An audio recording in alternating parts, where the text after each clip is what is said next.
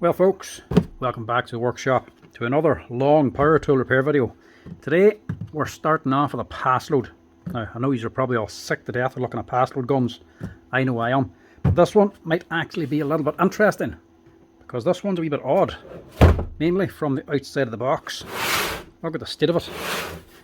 This one has clearly been lying up somewhere a long time. This is the IM350 Plus, the new IM350 gun with a lithium battery. But look at this one. I don't know where this has been lying, but it hasn't been moved in a long time. And outside of the box is dirty. That's the inside of the box like. This is what's got me so intrigued. She's like brand new inside. Look at this. Barely a mark on it. Now either it's been completely serviced and left spotless, or it's barely ever been used. And I would say this has just barely ever been used because it's actually a 2016 gun. It's nearly 10 years old. And it is the actual slide-in battery. This is the original IM350 Plus. Basically new, but obviously has some sort of a problem. The pin sticking out, look. Now if she's lying up that long, I would imagine the battery's going to be faulty. So let's see what we can do with this one and see what's actually wrong with it. See if it works, and if it doesn't, see why it was left up for so long. Because clearly it was left somewhere dirty anyway.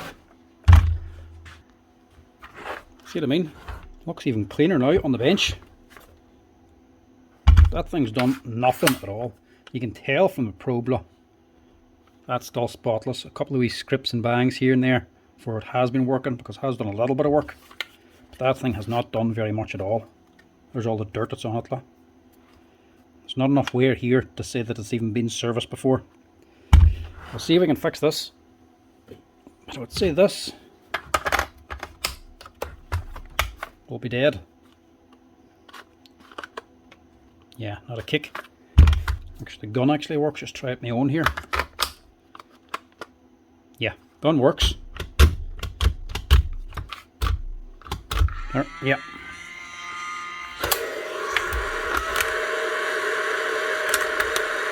Motor starts.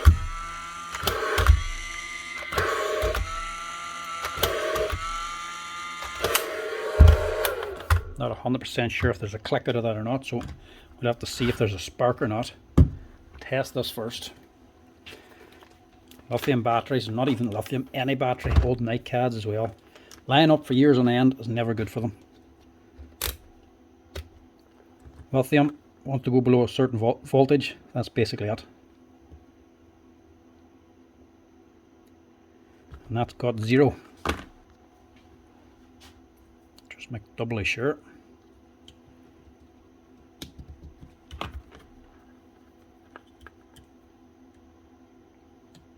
Yeah, 0 volts, so that's completely gone. So the battery's gone anyway.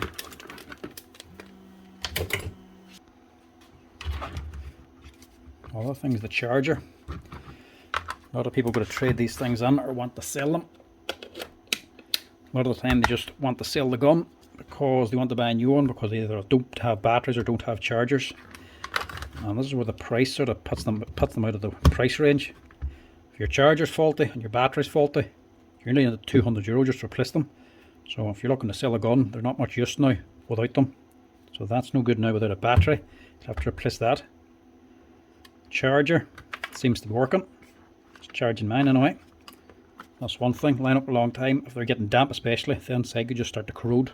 That could be what's gone here, but I would say it's more just age. The wee board inside does use a little bit of power. Tiny amount. But when it's lying for years on end, it eventually uses it all. But I don't think this is water damage or corrosion. That there's working anyway. I'll just let that sit and charge up. So it'll charge my battery and tell me how well it's working. Gun now is the main thing. Need to find out why the pin is sticking out. I'll see if it's got a spark. Check the spark first.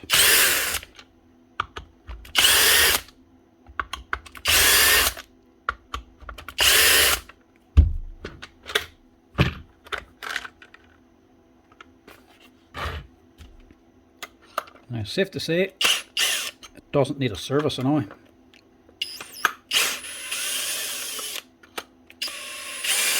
There's no justifying a service in this one. Not unless it's absolutely green inside. Yeah, look at that. It's dry, but it's definitely clean. I need my battery now. I have another battery here actually. There's the other workshop one. Just use this and leave the other one charging. Might actually stick this in the charger afterwards and charge that up because I have batteries here, but I don't actually have a charger in the workshop.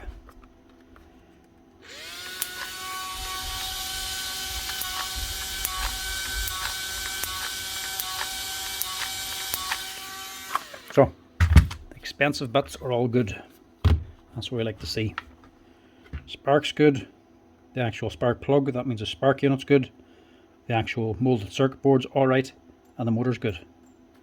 Now these newer guns, the motors don't last as long. But this is the older, it's nearly 10 years old now. So that'll probably have one of the older motors. So it should last a little while. The newer ones, you're only getting a couple of years out of them. Where did I see that? There it is there. Yeah, 2016. So that'll probably have the older motor. Be a wee bit more reliable. So that side should be okay. I'll focus on this side.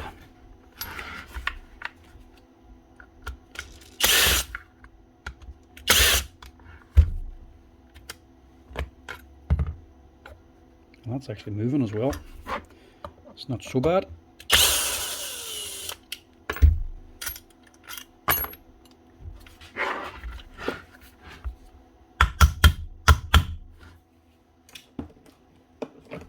They haven't rusted up yet. They're just steel sleeves inside an aluminium housing, so they can corrode sometimes and get jammed up. Sometimes you have to get a heavy hammer to get them to shift.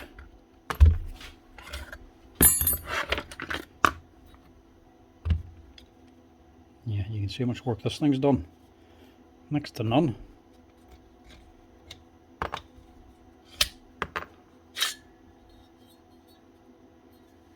Give this a wee oil and a quick wipe. I think that's all it needs. I'll just check the whole thing over and make sure it is alright. And there's no wee hidden problems.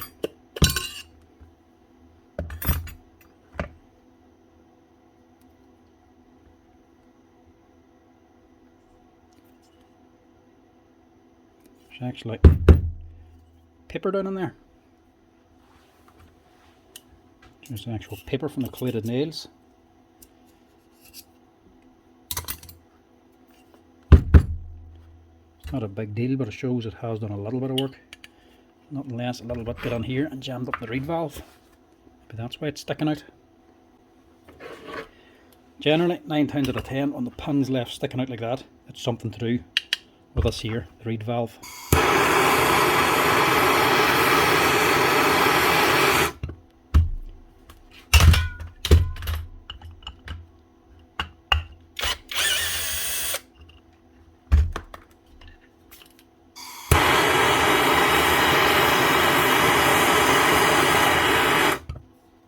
But a heat just helps these screws come out because they can be tight, especially on a new gun like this.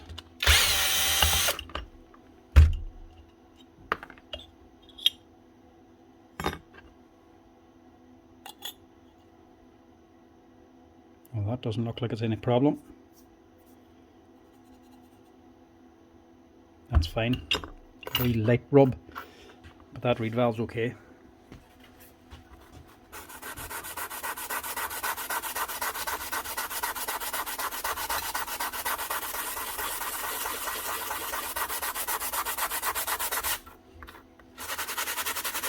Just make sure it's just smooth enough.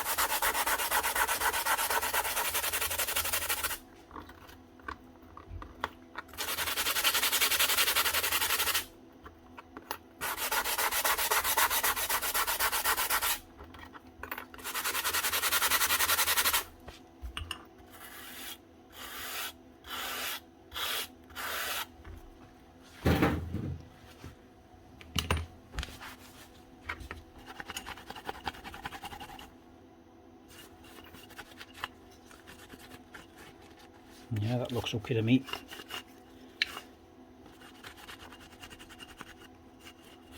You get them like that there, it's lying up for so long, you have no idea what the original problem was. You just never know. You could take it out and test fire it, and there could be something broken inside. You could just making it worse and making more damage. This seems okay.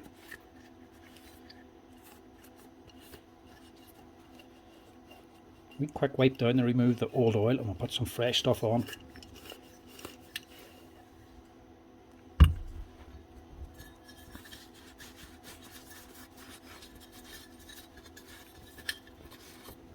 Normally have to scrub this thing in kerosene to get them clean. This thing, quick wipe down, it's just like new.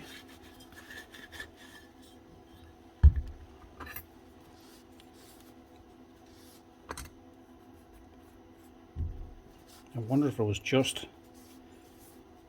the old oil dried up inside the chamber and that was just getting stuff, so it wasn't getting enough suction, or it's just too stuff for the actual suction to take the pan back again. I wonder if that was why it was just sticking out.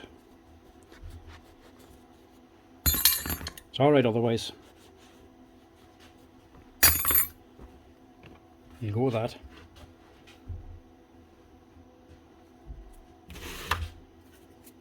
Bit of Loctite, just for these wee screws. You want this reed valve locked into place.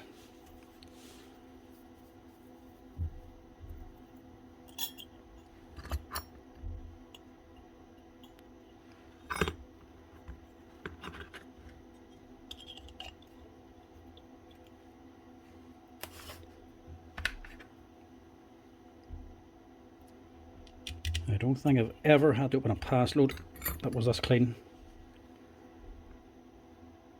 Not unless it's had a very obvious catastrophic failure new.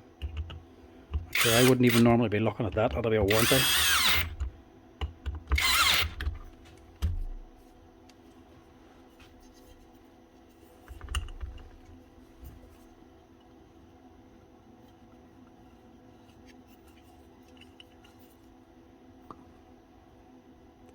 But I had dismantled a few of them that were still under warranty, but they had a bad failure and they weren't going to be covered under warranty, because Paslodes, like a lot of nail guns, if you break the pin, the actual driver blade, it's not covered under a warranty, no matter what the circumstance. Paslode cannot tell how you've broken it. These generally do not break, not unless you're doing something wrong. So if you break them, they generally just say that must have had concrete or steel or something causing it to break. But I have seen them before, only a few months old, the customer's actually done something, broken the pin, and then kept working on the broken bit of the pin, ends up going at an angle and poking through the actual aluminium housing. In that case, where it's not going to be a warranty anyway, we've just done a cheap repair for them using second hand parts just to get them up and running again. That's the only time you get them to dismantle under warranty, and they haven't done much. And right enough, generally it is, because the customer's done something or used it for something they shouldn't have. These pans aren't cheap. They cost about €150 for that pan. If you send it away for a warranty and the pan's broken, they might fix something else that got damaged, but they will still charge you for the pan, because it's not covered under warranty. But they are reliable. You couldn't say that the pans just failed for no reason, because we've got loads of scrapped off Paslodes out in the container from years ago, and modern ones left there for spare parts, and there is loads of pans. You never need to replace a pan, not unless, like I say, you shot it onto concrete or a steel girder or something. Firing pans just do not snap for no reason, and we know from the amount of them we have that we've never needed to change or use second hand.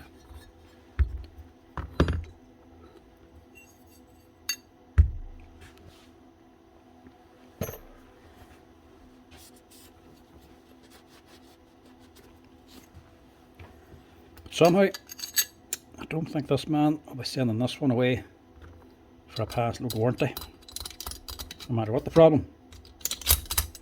Not at the age of her.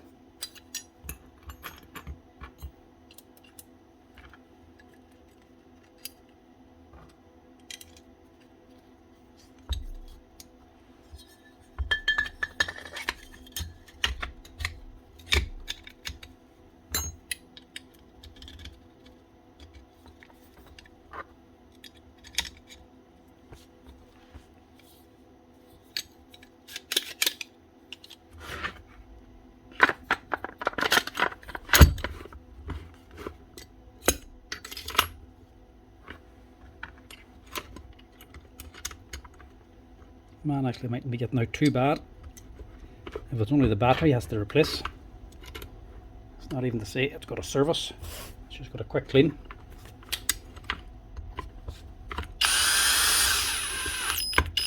Still, that doesn't mean it's cheap. Batteries still cost about €110 for these guns.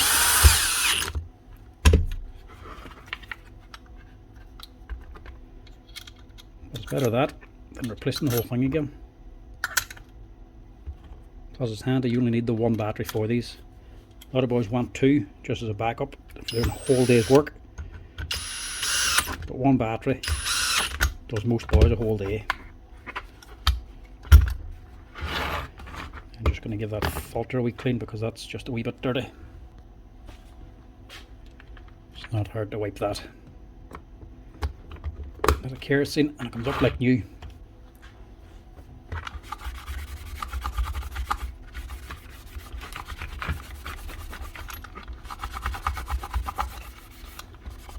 My dirty fingerprints of it. So it looks as good as it should.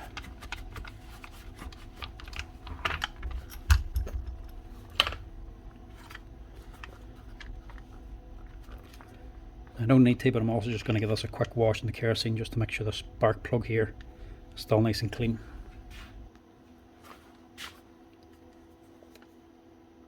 It's probably not needed, but might just be me being a bit pernickety. Sometimes you see them not firing because of a little bit of dirt just sitting on the spark plug. So I'll just clean it just in case. And then adjust these rings to 180. Put the top back on.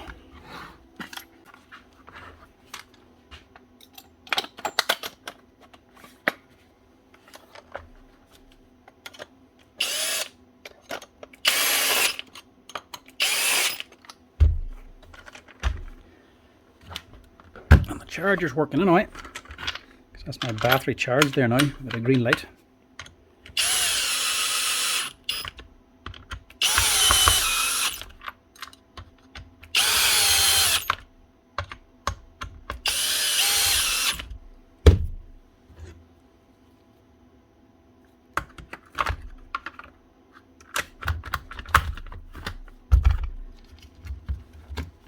Test it with this one.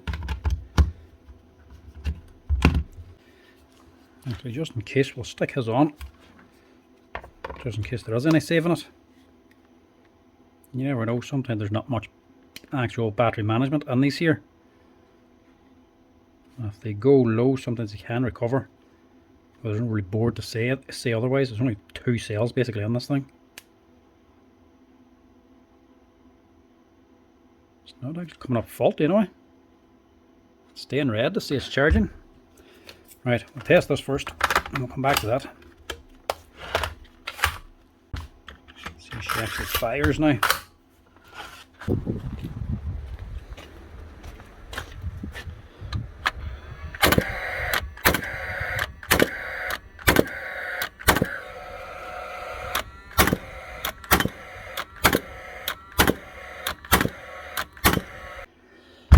Just anybody's guess what was originally wrong with this thing.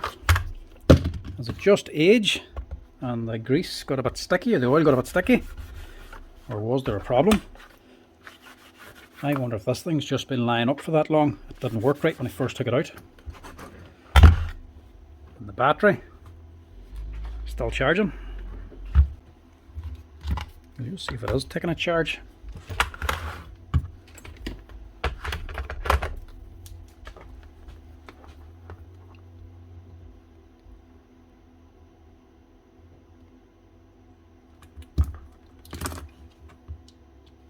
Taking something anyway.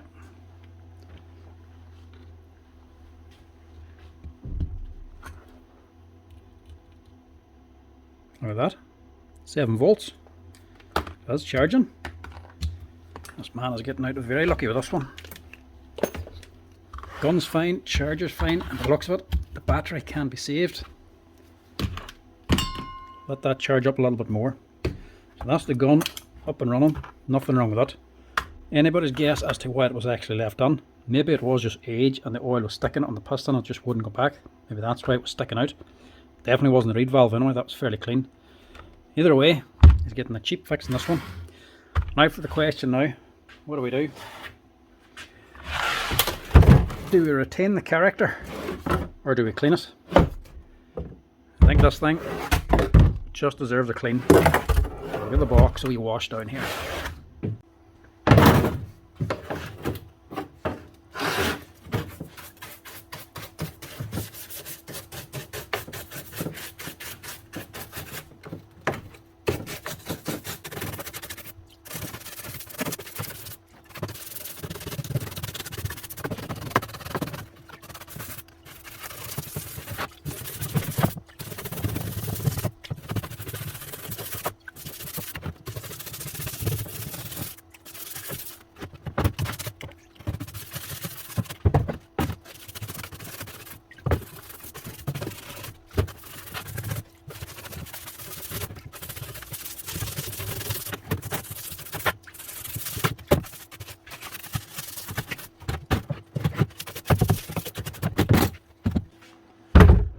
Now, all nice and clean again.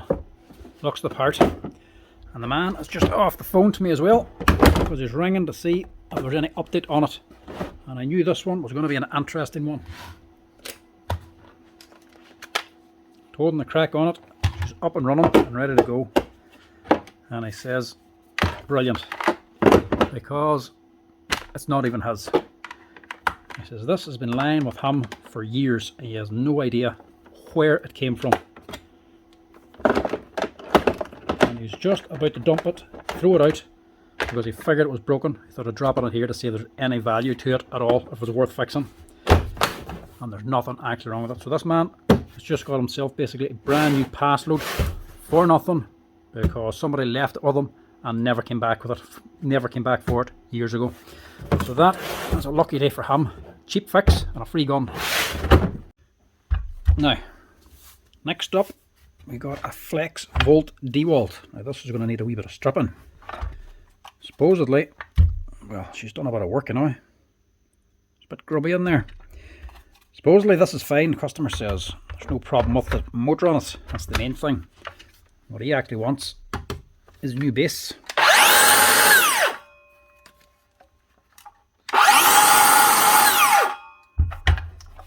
Right, running good, sounding good, that's the main thing. He says the base in this one is a bit crooked, he says. Alright enough. Hopefully it is just the base and not the motor housing. So that's a right bend in that. I wonder if this took a drop. It doesn't look too bad here, but it has got plenty of wear. So unless it's just been doing a lot of leaning on this thing. Is that a right angle?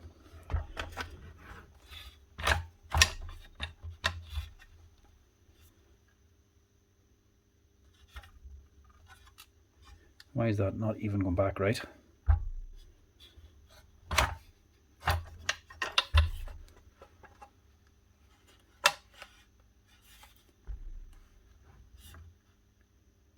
It's actually on the stop here. Hopefully it is the base and not this bracket. Well, I think that bracket's actually part of the base. That's alright, give us a go. These are actually surprisingly easy to change as well. And I actually do have one in stock. Also, may as well crack out the new Weehaws. These are the spanners they sent on. Not even got a chance to use them yet.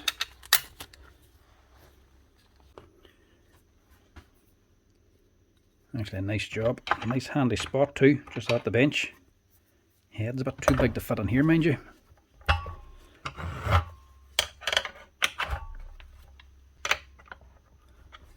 There's really just two bolts holding this whole base on.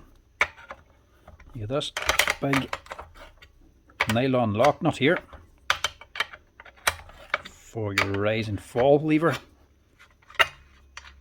And there's another bolt up here. And that's basically it. So this boy just a nut and bolt fitted onto here. There's actually 2 nuts on this. So it's a nut for this here lever to hook onto, and then a nut to secure it. Give that a wee clean. So that's sitting on there.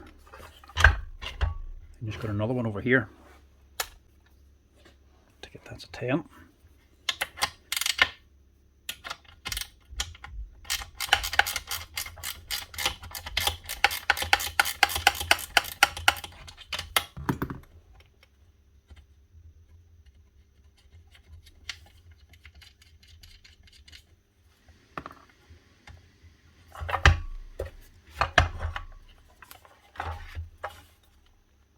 You can actually see where this is bent now, look.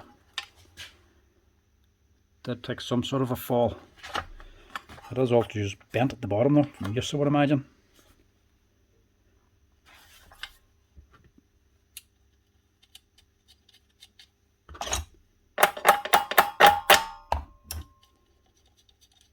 That's a bit tight. And then get that out. Let me just prise it out actually. Here we go.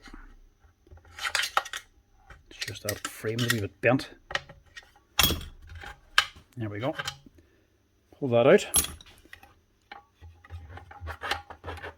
And then this should come away. So that's a bit of a waste. But that is your whole base or shoe. So it's buckled up here, look. That's why it's not sitting right. The adjustment screw down here is all the way to the bottom. So it's sitting right. Actually the whole thing is all bent and buckled. Yeah, it's all rounded over and bent around here too. So it's not just this is bent. So that supposedly comes as a complete kit. And luckily enough, I do have one in stock. Not one I would like to have in stock, mind you. This is in stock for over a year now. Look, I even got the blame for it. Dean written on it. €96 plus the VAT does cost. There's your part number there, N608378. This here is one of the reasons why we don't actually order in parts for people, or we don't supply spare parts. This was ordered in for somebody who wanted this. It was ordered, got, and then they never came back for it. So we were stuck with it in stock. So we'll be glad to actually use this thing up. That actually comes as a complete kit. Can't, well, I'll check the breakdown diagram, but I don't think you can buy these other bits on their own. I think you have to replace everything. Yeah. So if you ever break or damage or bend the actual arm for rising and falling, sometimes these can just get kinked or damaged, especially if they're dropped or something or used wrong. They're fairly heavy, you shouldn't be able to, but if you ever did damage this, you have to replace the whole thing.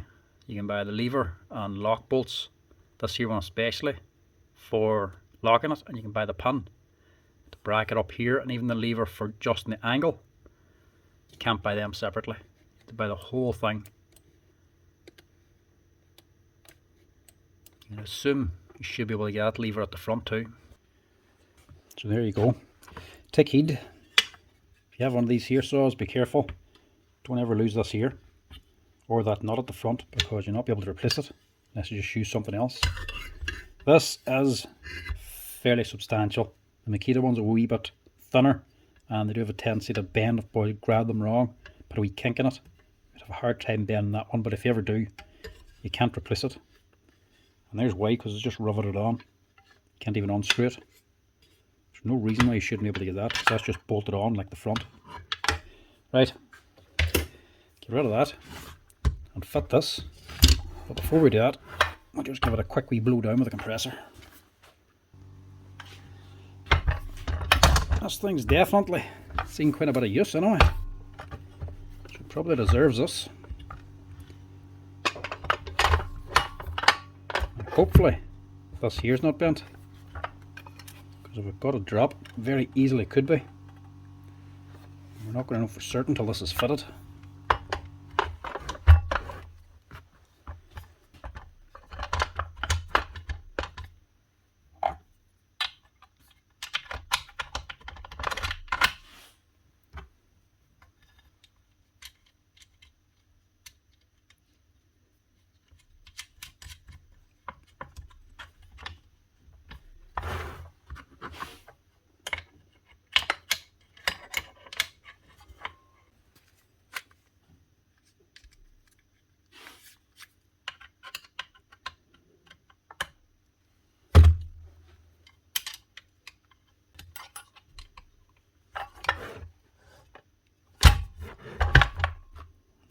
not fitting because it's a Torx, not an Allen. That's better.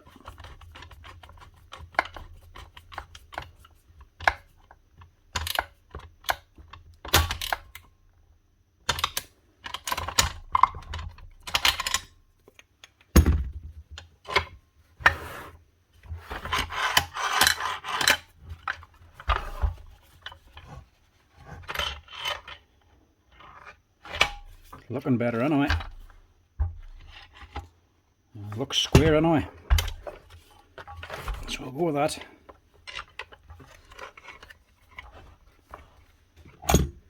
Now this is one you want to watch. They do have a tendency to rust up if they're out in the water a long time or getting wet. They rust and they bind up.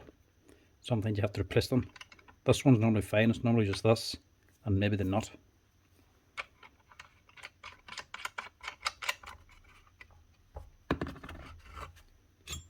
When replacing, you just want to set it to the right tension.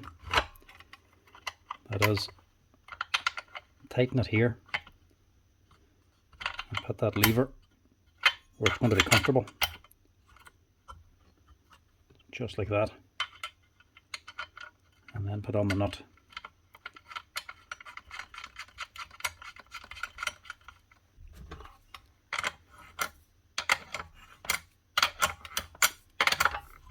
You just adjust this on the other nut and change the position. It's just this top nut that locks it down into place. It's a very big nut for all it's actually doing. It should be free enough to lock, not come down past here either when it is locked. Should stay nice and flat and out of the way. That's perfect there. That is really all that there is to it. 2 bolts, change the whole base, one big assembly, but it's cost them nearly €100.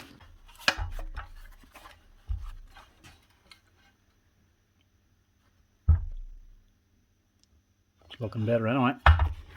The last thing we need to do is just make sure she's square.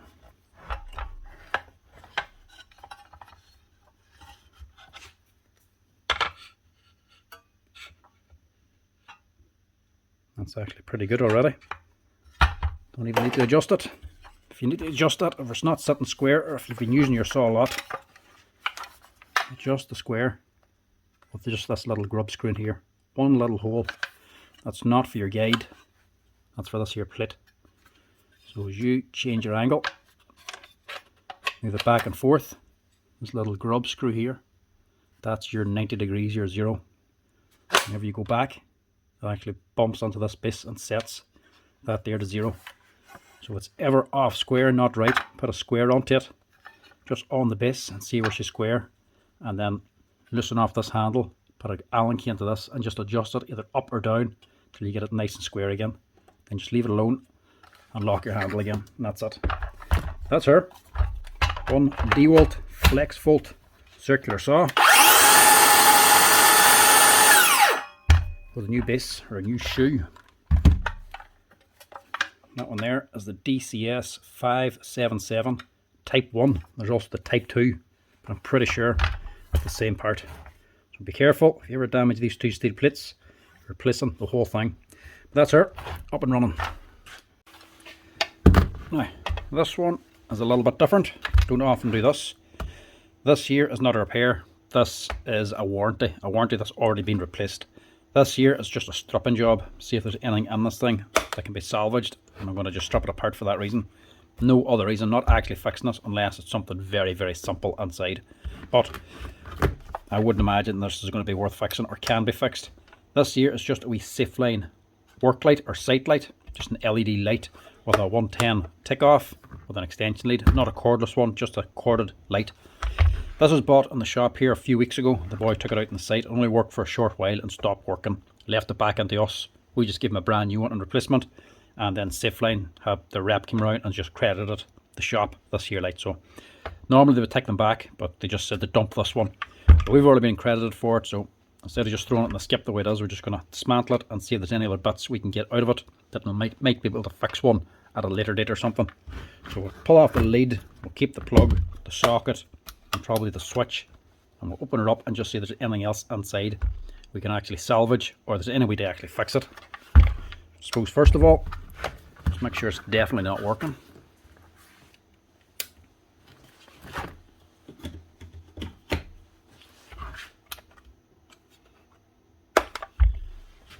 We'll just check the power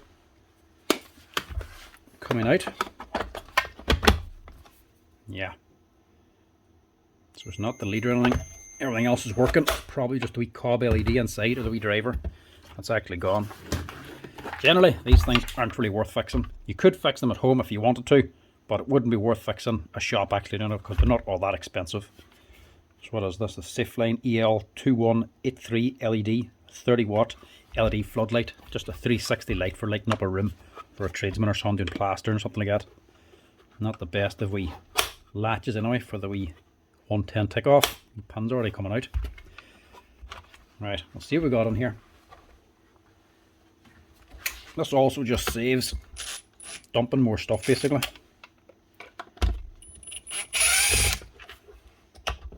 If there's any scrap value in anything, you can strap it apart as well to get materials out. But this thing's mainly just plastic.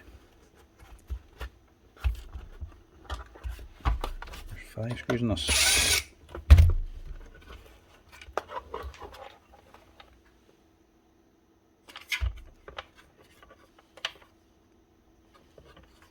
Huh. This is a simple fix. She can't run if the wires aren't connected. Is that all this is? That is all it is, look. Yeah, this wee gasket is only a piece of foam, it's not actually rubber.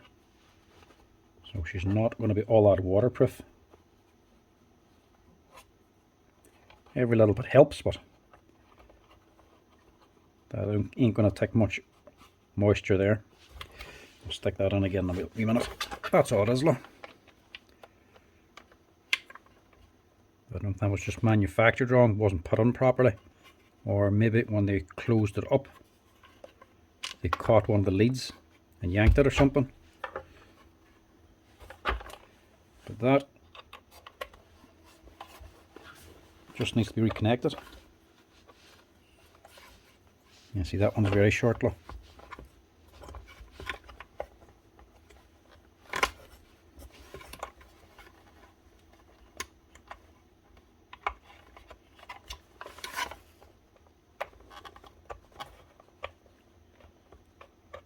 And that one's very slack.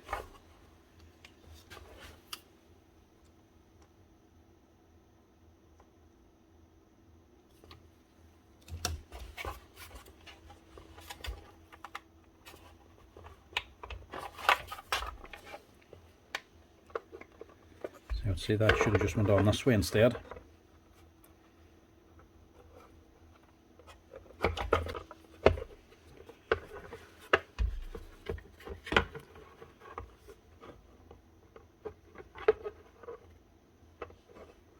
Actually, I don't see how they get pulled out. There's still plenty of room for that wire to go down, unless you get caught on another lead or something.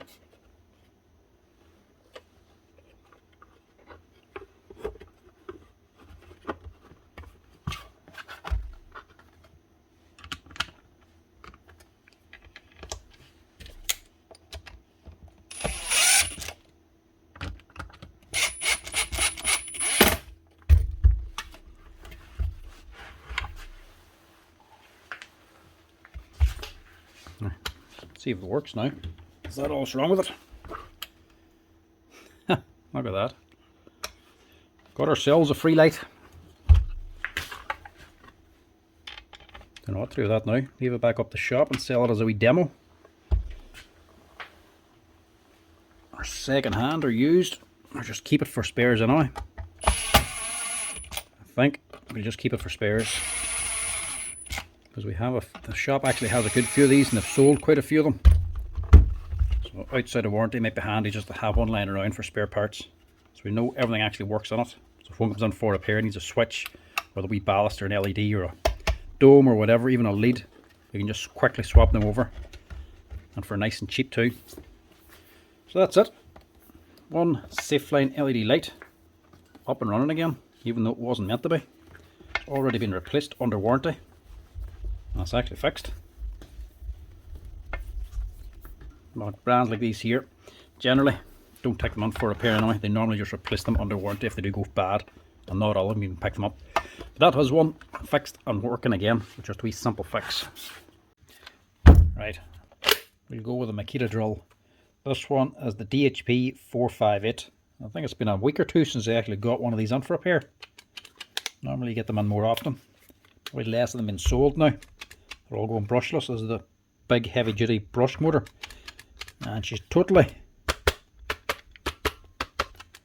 dead. That might be a good thing. It could just be a set of brushes. And she has 2023, so might have a bit of work done.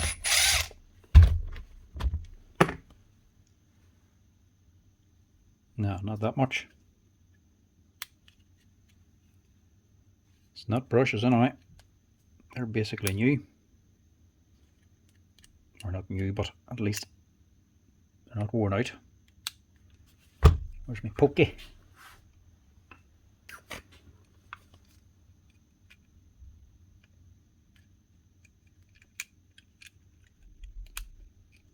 It's getting a wee bit of heat anyway, because them leads are a bit melted.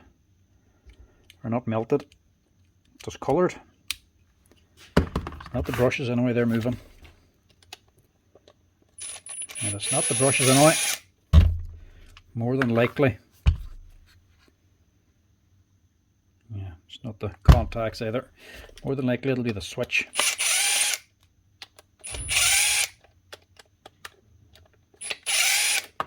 It's the switch, at least be a nice wee simple fix. But a dear enough fix for what it is. I know these still aren't a cheap drill to buy, but the switch can still be dear enough for them.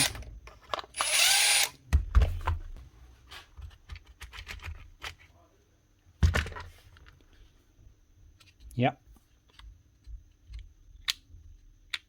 Switch. That's what always goes.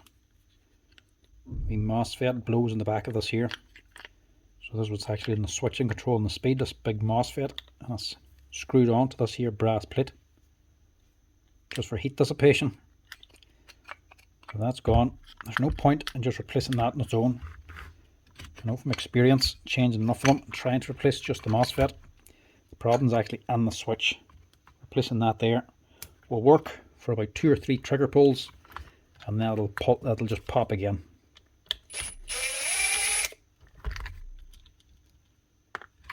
So quickly just swap this out and get this one running.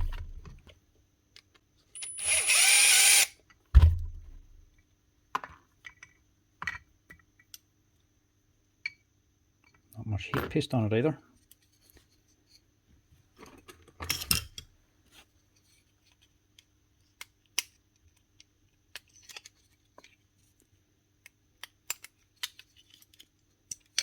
Keep that, get rid of this. So this is what we're looking for, a new switch 650724-4, and not cheap, about €54 plus the VAT for this here. And that's the way she comes.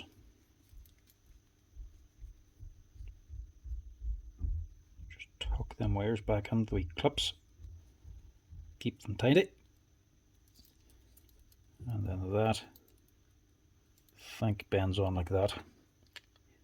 Yeah, goes that way.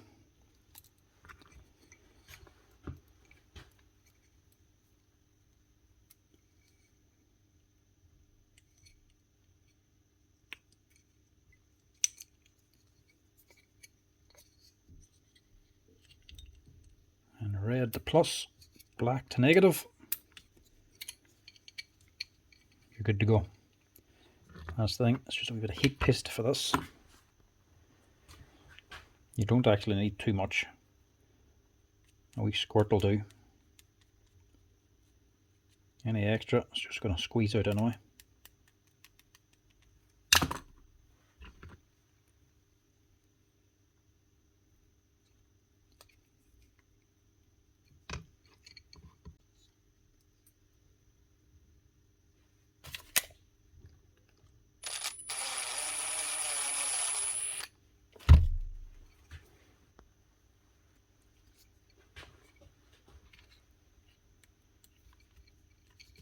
Everything else should be okay in this, as long as your brushes still move up here and the actual plastic brush holder hasn't melted, you should be good to go.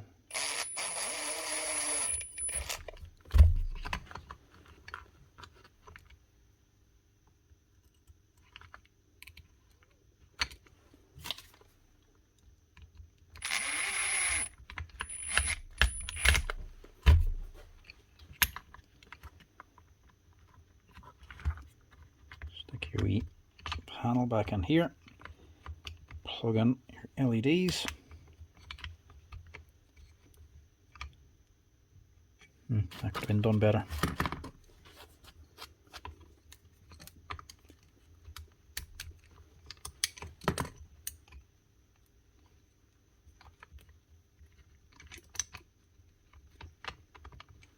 Just to take that kink out of it.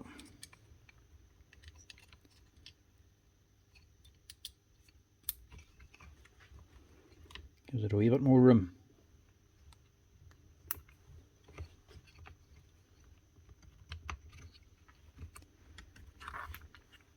That down here, this little connector goes into the wee housing here, and just make sure your leads all squeeze down.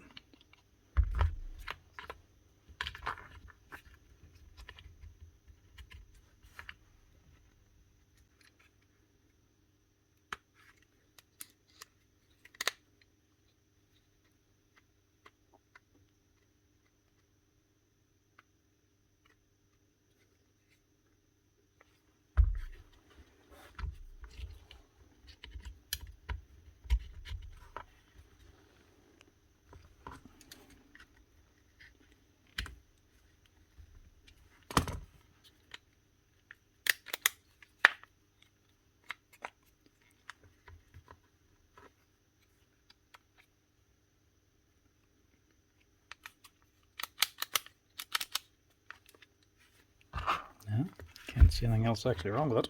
There's definitely nip wires. That wee piece of foam fly off to. Just set that on, just in case.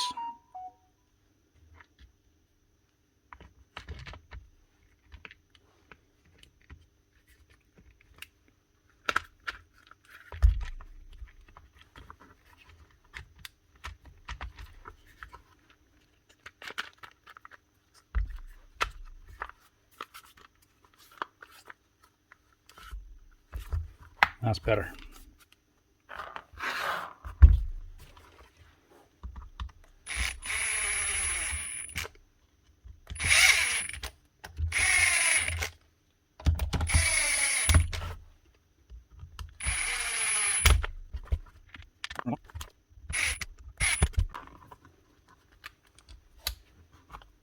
Nice handy fix on a heavy drill. A lot of people would prefer the brushless stuff now. They definitely have more power. There's still plenty of people that prefer the brushed machines simply for repairability. At the end of the day, it's a lot cheaper to replace a switch than it is to replace the whole controller.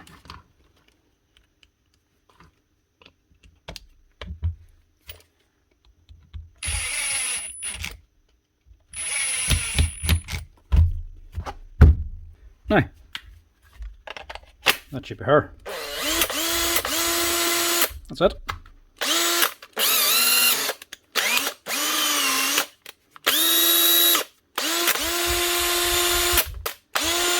Now there's a wee bit of a spark coming out of here, but that's normal. That's just the brake on the drill stopping the motor. You would expect to see a spark there. especially if you're getting a new machine or you just change a set of brushes. But them brushes are still fairly fresh anyway, so you'd expect to see a wee spark. There's nothing to worry about in that. The chuck as well is a wee bit banged up. She's a little bit stiff, but still working, so that'll be alright. So that's it. That is how you replace the switch on a Makita DHP458. Dear enough, but still worth doing because these are still dear enough machines to actually buy. Now this is not meant to be a Paslode video, but we're going to have to look at this one too.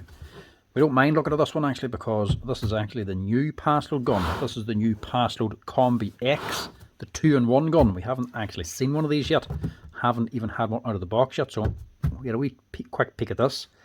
Have to look at this one though because this is a brand new gun that's actually faulty. It is a warranty repair, but I don't do warranty repairs for Paslode. But we're going to see if we can fix it before we send it away for warranty repair, or at least find out what's going on with it. Customers bought it. It's only at most a month old, and he says it's not working. So we're going to see what we can do with this. This here's the newer gun. This is the IM360. He's left the battery in this too. This is the new IM360, but it comes with 2 magazines and 2 tips. That's just so you can use 2 types of nails, 2 for 2 jobs. These wee short ones go onto this magazine. There's mag 2, and you change the tip over to this one. There's a positive placement nailer. Normally Paslode you actually have 2 different nailers for 2 different jobs. These are the positive placement if you're putting on wall hanging straps or something like that there, and to timber. These actually line up to the hole, so that shoots the nail exactly into the hole. No messing around. So that's that magazine, and then the other magazine then is what's fitted. This is for using it as a normal roofing gun then, for the 50 to the 90mm nails. So you change over the tip and you change over the mag. So before we do anything, we'll take this out and give her a wee test and see what she's doing. The customer says it's not firing any nails, so we'll see what's going on. So it's definitely not old and definitely hasn't done very much work yet. Still spotless inside of here, look. Basically just a wee bit of dust on it. Still have battery, lights are going, it's got gas in it. Always check the obvious stuff first. Gas in it, and it's well in date, 2026. Battery's charged. It's not good to leave your batteries plugged in like this. That's why they have 2 clips. Push it on like that, it secures the battery and the gun, and it's not actually engaged to power the gun. Then you push it on the second time to actually power it on. So that's the power on. If you leave it like this, it will be using power for the electronics. The lights will go out after a minute or so, but it will still be using power. If you're leaving this here for a few weeks or a few months like this, it'll actually drain and kill your battery. So don't leave it on like that. Always just leave it just in the lock position where it's not on. So we'll test this first. So this mightn't even be a repair. This could just be a wee exploratory video. See what she's at here. 90mm nails in her. She's firing.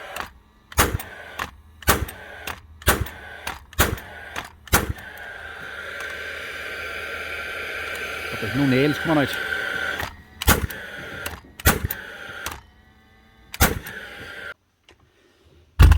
Right. Question is, what do I do here now? I think I might know what the problem is. Not 100% sure, but I don't know if it's worth me doing this to fix it, if that is the problem. That's what I think it is. Paslode will have to replace it under warranty, so me fixing it doesn't really make much sense. I'd be better off doing this under warranty, so I'll say to the boss man first and see what he says. Maybe this is a good customer and he wants it back straight away. Maybe he just wants to get it fixed now, but if he sends it away for warranty for Paslode, it could be away a couple of weeks, so we'll see what the boss man says. Okay, when in doubt, ask the boss. Yeah, this boy wouldn't be stuck without it, but he would want it back fairly quick, and he's not too bothered about the warranty. He just needs to go up and running, so we'll fix this here now. If it happens again, we can send it away to Paslode then, but that's only if that's what the problem is. So we'll take her apart and see what we can do here. I'll also just have a quick wee look at this gun as well to see what she's like. So the point of this one, like I said, this is 2 nailers in one. change over, you're just popping off your magazine, and before you put on the other one, you also pull off this tip. You adjust your depth adjuster, look. You just screw that all the way out.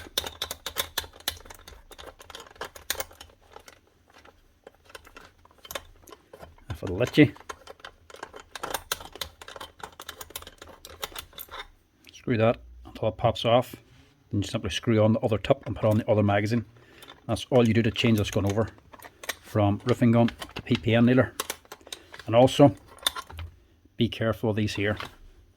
When you're not using these here, I would tape or tie this thing onto the magazine to make sure you don't lose it. You'll have a hard time dropping or losing the magazine, but it wouldn't be hard to misplace these here. Make sure you don't lose them, because you'll be shocked at the price of those air tips. Paslode will be making a killing of this, with boys having to replace the tips on them. They are not cheap. Look up online how much they cost. You'll be surprised at the price of them things. Right, I'm assuming that's the pin. Because I've seen these do the same thing. The newer IM360s with a pin unscrews. So the pin itself up here is attached onto the piston, and they're just screwed together. Sometimes they can just literally unscrew. That makes the pin longer, and then it sticks out too far, so it won't let the next nail up. You've seen it before in other videos. It could be that, but normally that only happens when the gun's had a lot of use. I'm talking shooting thousands of nails in a day and getting extremely hot, and then the pin gets very hot and the aluminium expands and becomes loose and allows it to unscrew. But I can't really think how it could happen with this one, seeing as it's such a new gun. But that's what I think it is anyway. It's funny because this one isn't firing any nails, and there's another boy on the phone to me today complaining about his 360 is firing 2 nails. So this one shoots none and his is shooting 2. Explaining to him there's probably his nails. See, these ones are the same now. They're a wee bit squished. See the paper? These get wet. The magazine spring can actually squeeze these, see like that, and they sort of overlap each other, and they can start shooting 2 nails. But he says it's not the nails. He got a new box. There's nothing wrong with them. Still shooting 2 nails. So he's going to try a few other things. And if it doesn't cure it, he's going to drop it on. But it's funny. One boy got on about that problem, and this boy is having the opposite. So what's happening is your nails are coming up through here in your magazine. This is the nail guide inside. So it's sitting all the way back here. Whenever that is on the gun here, look, you can see the back of the top where the nails are coming up, the very back, look, is right where the pin is. So when these nails are coming up in the magazine, they're literally coming up to there. After they're hitting the bottom of the pin. Instead of being in front of the pin for it to shoot, they're just sitting underneath the pin. So the pin's going back and forth, and it's just not taking any nails with it because it's always sitting here instead of coming all the way back and hitting here. But I don't know if that's the problem or not now, because that pin is not all, that firing pin is not all the way back either. There's a gap there, look. And luckily we shouldn't have to strip this whole thing down. If it is just the thread, we can just screw it back together with some Loctite. No, but it might not be the problem.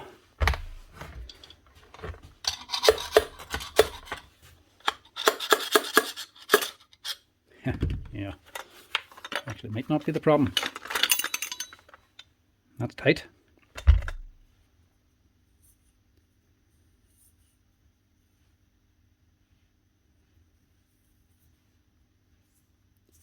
It's also a little dry. You mustn't fire too many nails with this because normally the gas will be coating the inside of the oil too. It still has the original Paslode grease. They don't all come with the oil in it. New. Sometimes Paslode use a grease as well. Don't know how good the grease stuff is.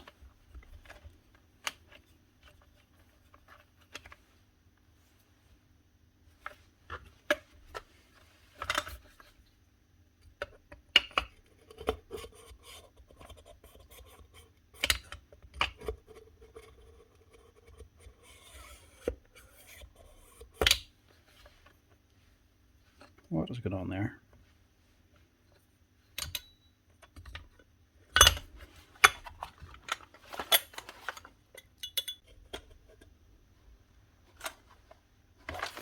Yeah, here's where the problem is. She's firing you.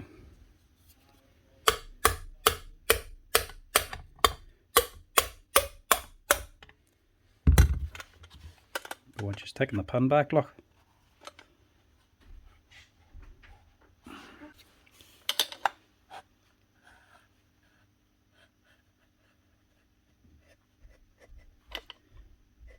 Yeah, something wrong there.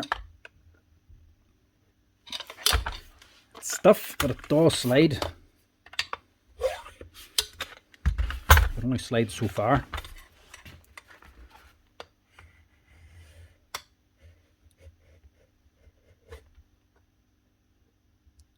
Gets to there, look. And then it doesn't want to move.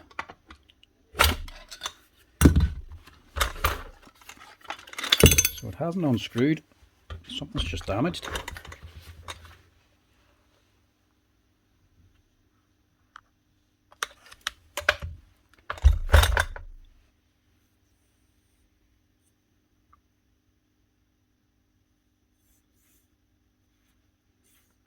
So hopefully this one won't have the same problem with unscrewing, because it is actually a different pin.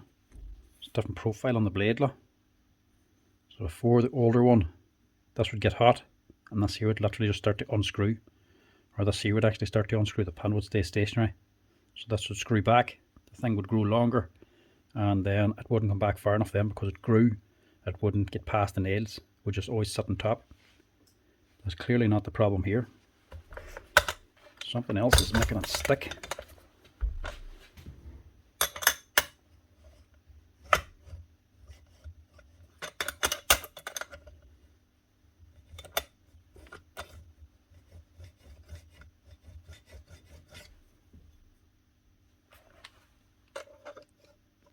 A wee bit of damage there, but I don't know if that's it.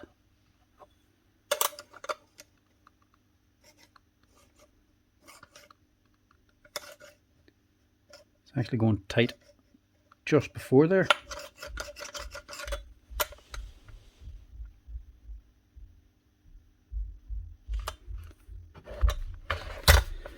I don't want to strip this entire thing down. The ticket is the nail guide and blade, because the piston actually slides fine on here. It's not to say this piston coming back to a certain point in the chamber and then it's starting to jam up. I think it is more the blade getting jammed back here somewhere, unless you've got a nail jam or something stuck on it and caused a bit of damage. Shouldn't be, because this is all very, very hard stuff. Right, there's definitely something just there. Must be that wee shiny spot.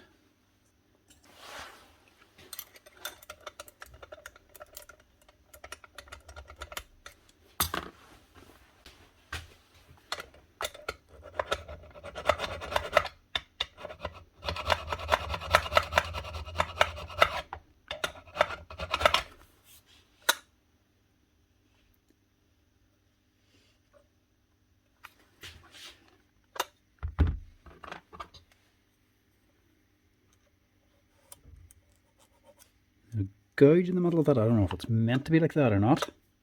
Back here's flat on top, and there's a gouge here. Don't know if that's how it's supposed to be. It looks to be it's sticking out there too. I wonder if I compare this to a new gun, see if I can spot it, see any better. And I'm stopping this. I just want to look at that guide.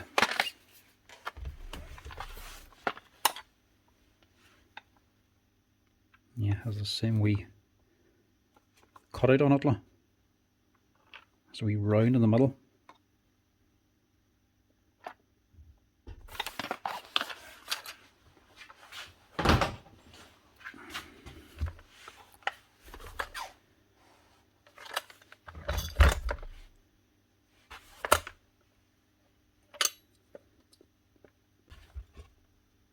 Oh, that is just so tight.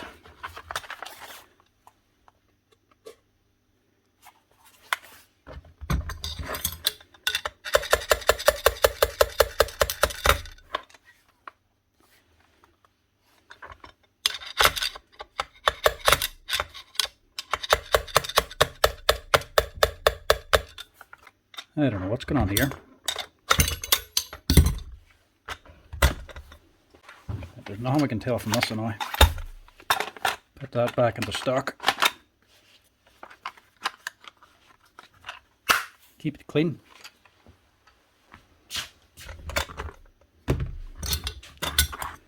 This thing, I don't know. Is the pin warped or is that holder warped?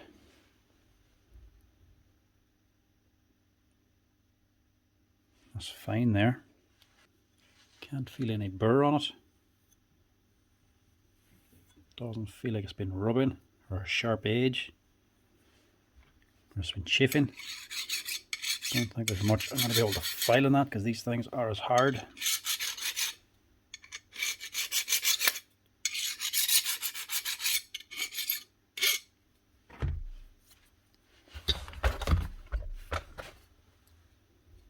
Oh yes, it is just this.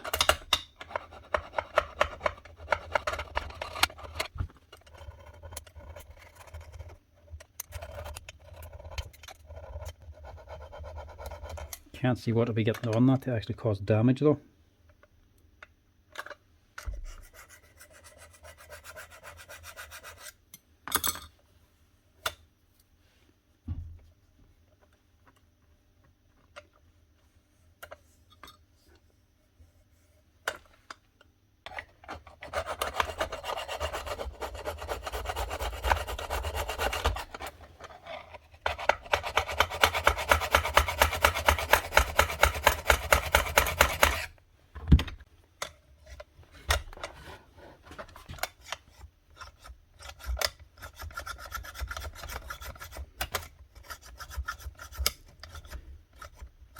Just there.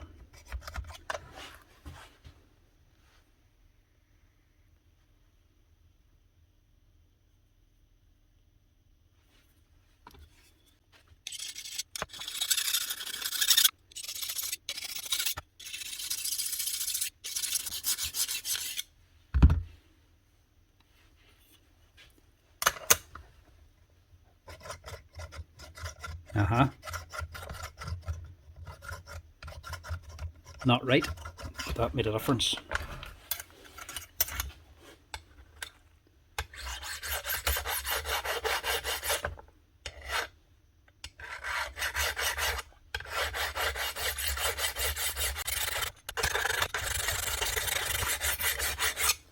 Just there, look, there's just one wee, you can call it a raised spot.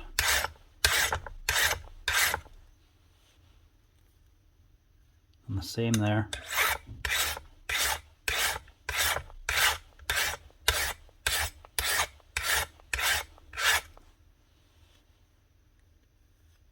And there.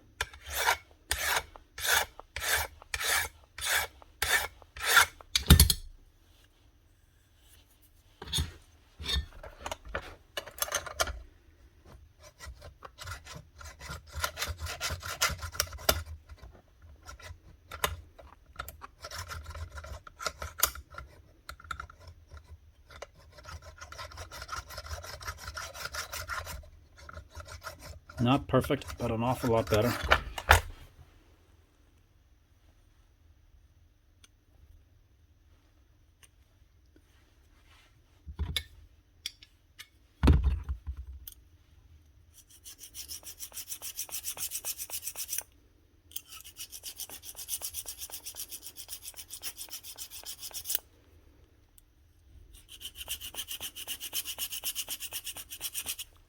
Feel something there too.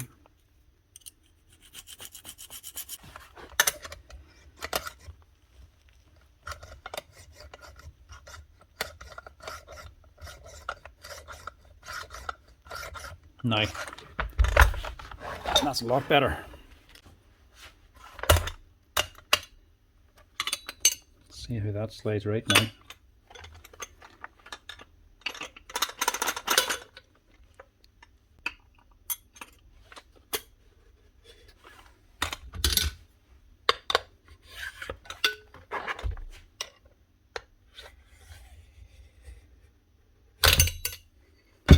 Still tight, but it's an improvement.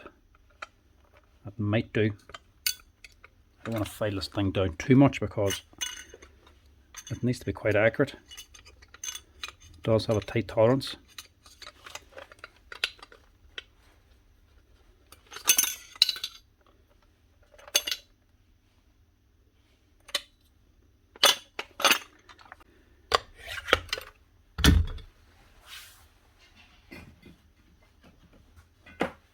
Because let's face it, as this is running, sliding back and forth, it'll start wearing in a wee bit too. Let's just put on plenty of oil to help keep it moving.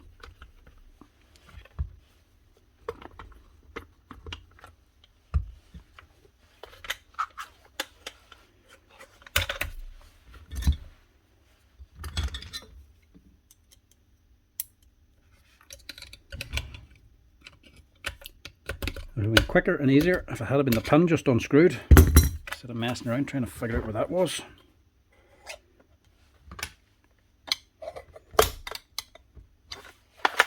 That's much better though. Still a little bit stiff, but that will wear on. Yeah, I'm going to go with that. Just a quick insta-fix instead of a warranty repair.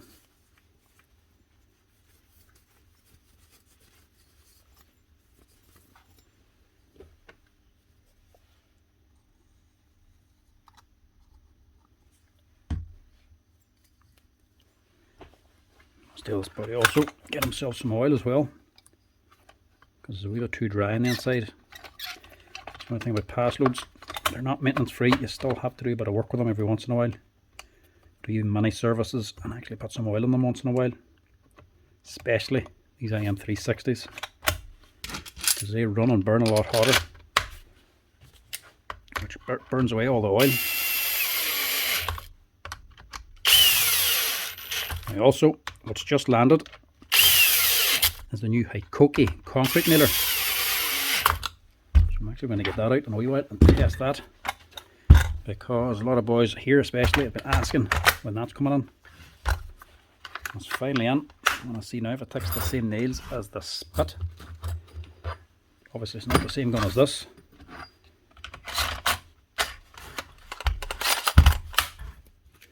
Now, let's test this thing out now.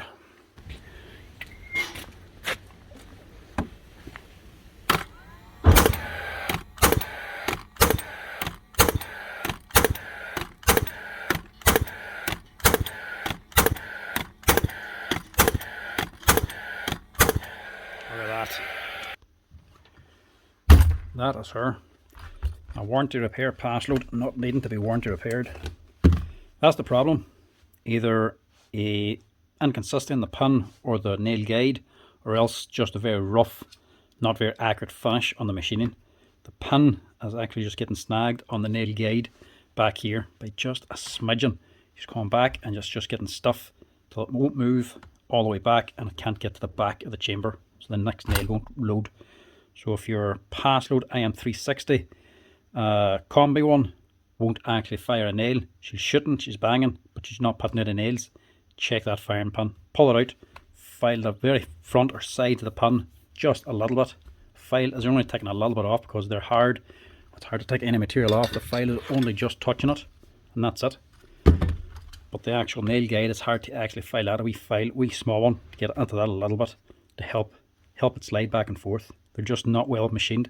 It's meant to be a tight fit anyway, but if there's any more impurities or any damage whatsoever, she's going to start snagging. So if it happens to you, file it down a wee bit and that'll get it running, or else send it away to Paslode for a Paslode warranty, because they're going to have to change that pin or change that there whole top assembly, or they could be just filing it like I just did. Not sure. But either way, that's going to do the job. It's still a little bit stiff, but it is firing the nails, and when it goes back and forth, hopefully it'll actually wear in a little bit better and start running a lot more freer, so we'll not have the problem again. But that's it. That's one Paslode repaired instead of going away for a warranty repair. That'll save your man a few weeks and waiting, and he can get it back now straight away instead of waiting for it any longer. That's her, the new IM360 CombiX positive placement and roofing gun. It's the first one we had in for the workshop, and not the best one to be getting on for repair. Was expecting to just need one for a service, not a repair like this. Right, next up we'll go with a wee Makita drill. This one's only the DHP482. This is the wee small brushed machine.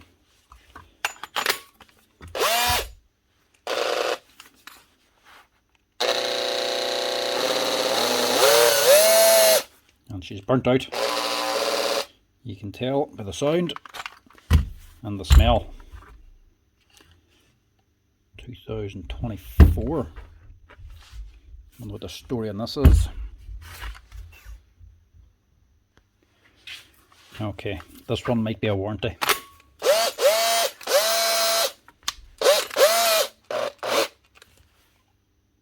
Chuck's okay. It's definitely not done that much work. It's a wee bit grubby looking. It might be a warranty, so we'll just treat it like it is a warranty. Even if it's not, it'll probably still be worth putting the motor onto it. Well, as long as there's nothing else wrong.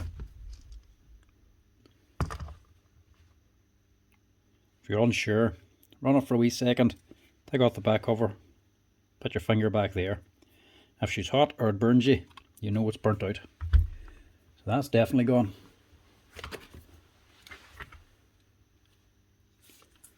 Now there's not much gone on the brushes, but if I'm putting the motor onto this, an armature, I'm not reusing the old brushes. So we'll just pull them out too.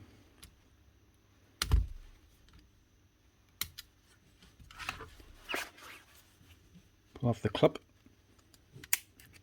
and lift up the wee spring. I don't know what this man's drilling, but there's drywall dust in this as well. It's not done a massive amount of work, so we'll guess and say she's warranty.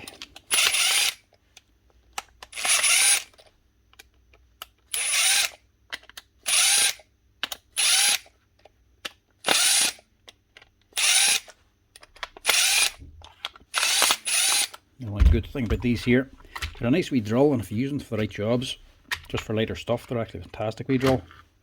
But if you're overusing them and abusing them, they're not going to last. They're only a brushed motor. They don't have massive amounts of power. They do have a very good brush holder.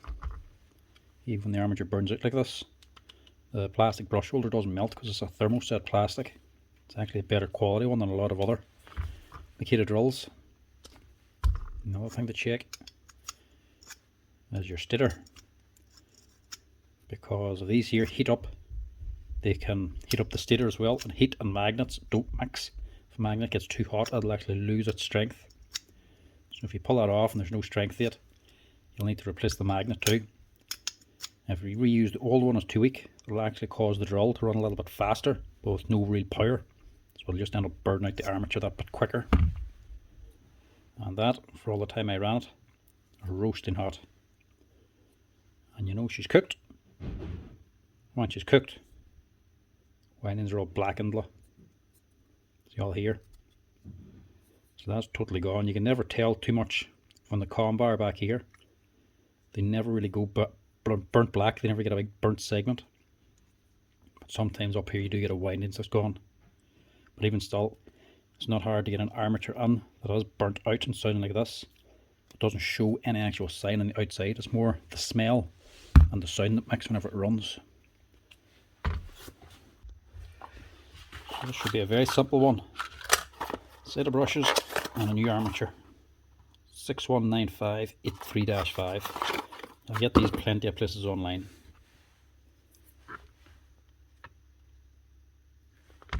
Just make sure you're putting that on the right way around. The notch is sitting here, and the wee green tick faces up the way. There's not even any need to clean this thing. It's actually fairly clean. It's not done an awful lot of work. Might have been abused, but it was probably abused maybe just the one time when it actually burnt out. It hasn't been used very heavily for everything else. So he's either used it for the wrong job or used it for a heavy job for too long and just cooked it. Make sure that's on. Put on your wee blue lead. It's just a wee ground wire. That's just in case there's any static builds up from the fan, from the air moving across the fan. Doesn't blow anything on the switch. That's it. Quick as that to change the armature. Normally there's a wee bit more work to it because it'll be dirtier on that side. This is fairly clean.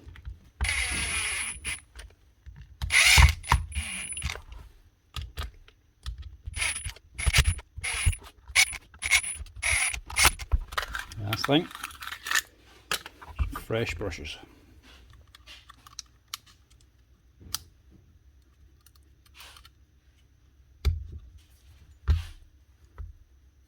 That should keep this wee drill running. Warranty or not, it'll still be worth doing.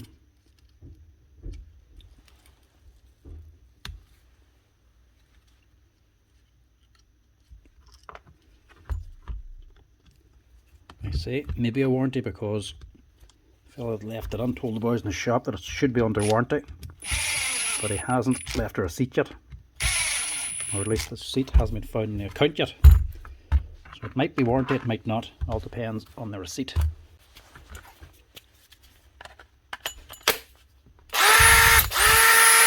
That's her. One Makita DHP482, new armature and brushes. I'll go with another Makita. This one is the DDF484 brushless machine.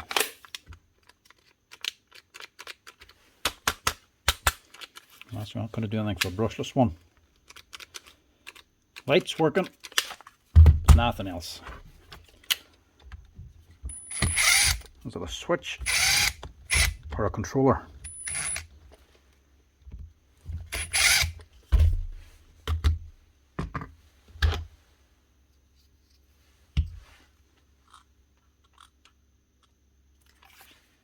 Doesn't look like it's been abused, or at least on the inside. It's definitely used, anyway. Oh, you boy.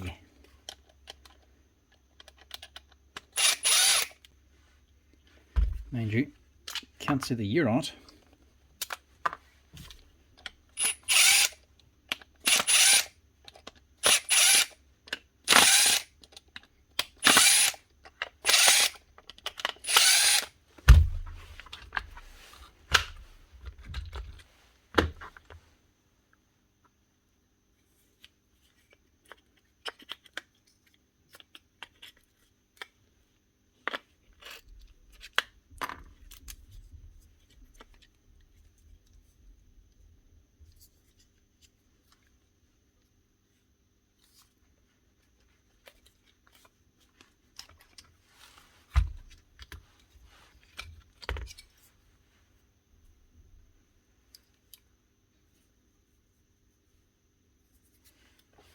Stuff all over it anyway.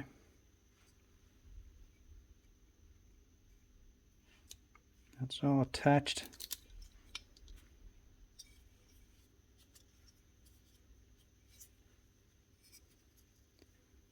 Board doesn't look bad.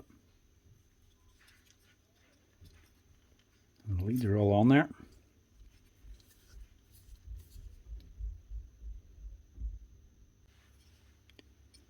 It can be hard to tell sometimes. Field doesn't look burnt anyway. The Hall effect sensors aren't damaged. The leads are still staked on. There's a wee separate board, and you can replace the field in these ones as well. So if this does cook, you can just replace it. Can't see anything wrong with the switch. The switch has turned on the light, but that's not always an indication. And there's no burning or spots on the actual control board. It's only plastic. Normally if someone overheats, you get some sort of, not melting, but you can get a wee bubble or something. You'll see an imperfection on the base. You just get the shine of the light on it. You'll see anything raised up or odd looking, or a crack in the resin here. This all looks good. Could well be the controller, but we'll try the switch here first. What is she? 650710-5. For €34, it's worth replacing. I have one in stock, so it's worth chancing first. Not what you want to hear if you're doing it at home, mind you, because if you're wrong, you've wasted €35.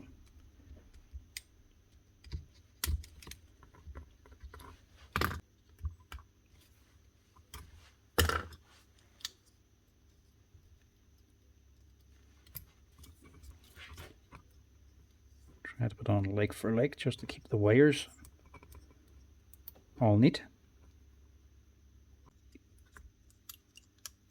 And sadly the only way to really retest this is to rebuild it, because the LED light was still working. So if we're wrong, we're just wasting our time and have to dismantle it again.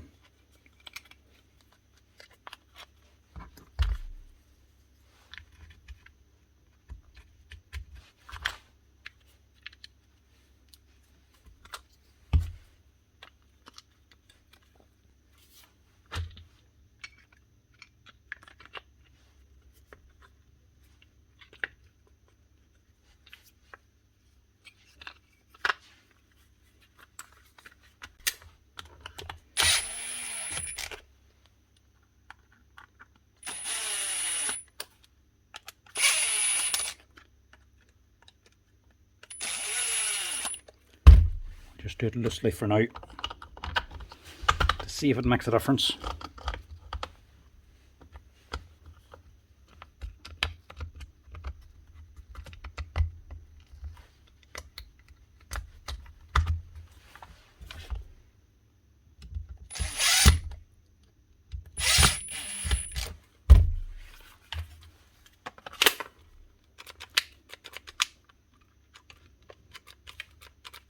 Nothing.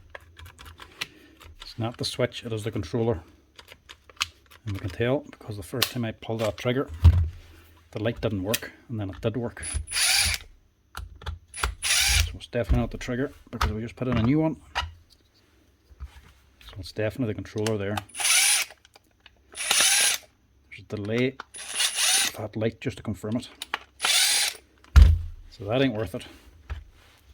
It's not going to be worth a new controller, unless I have one.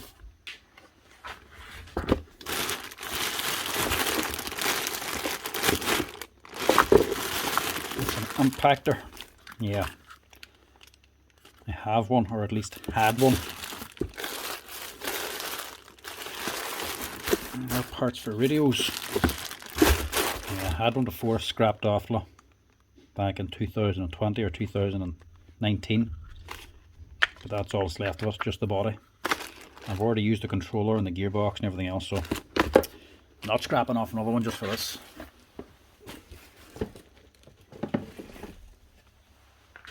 I would scrap one off for a warranty or for a gearbox or something, but I would only scrap one off for a controller if it's already scrapped off. Not scrapped, cannibalized.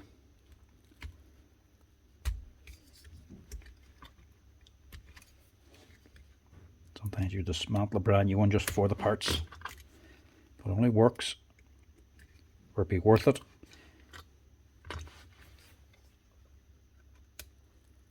if you can use all the spare parts.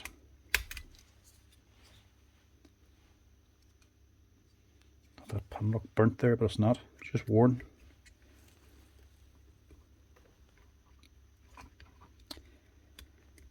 Anyway, that one ain't worth fixing. She's not a young machine anyway, she's clearly done a wee bit of work. And maybe that stator, not the cleanest of work either.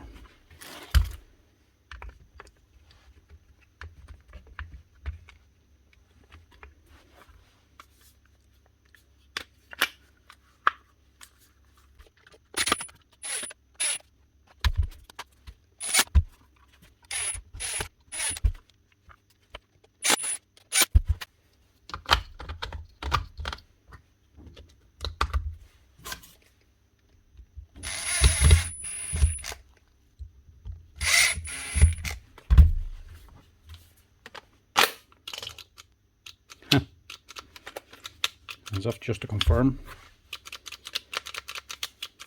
Yeah, definitely the controller. Switch is no good this time. So it's one cheap Makita drill fixed and one better Makita drill. Fair enough, it is older, but it's not worth fixing. That's a problem with controllers, brushless motors. You're getting more power out of it. It's a more powerful drill. They're a nicer machine to use and quieter. They do last, but when they do go wrong, it's normally a controller. And the controller to buy is always more than half the price of the machine, and it's never really worth replacing it. Next up, we'll chance a wee DeWalt impact driver. DCS577. Looks like a Type 1.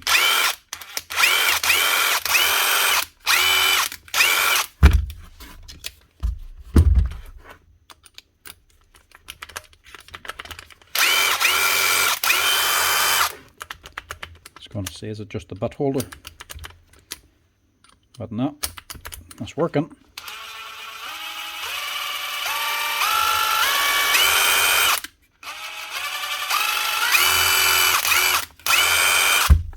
What's this left on for? She's holding the bit, she's running.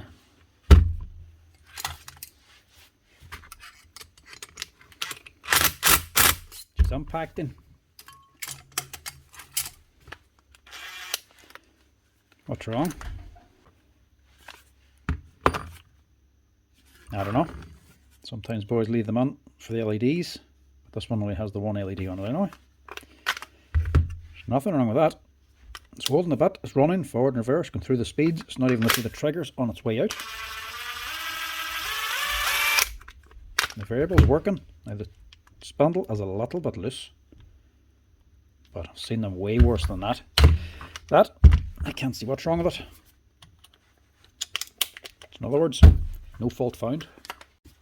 Now, if this one can be fixed, it will be impressive. Look at this yoke. Milwaukee impact driver. I don't even know the model of it. I think this is a 4th generation. But this thing is clearly seen quite a bit of work and quite a bit of abuse. I'd be surprised if it can be fixed, but if it can, it will be impressive.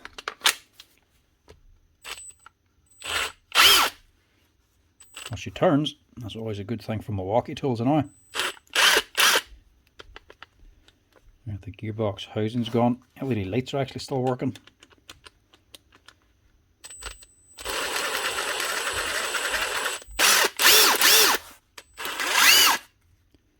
Right.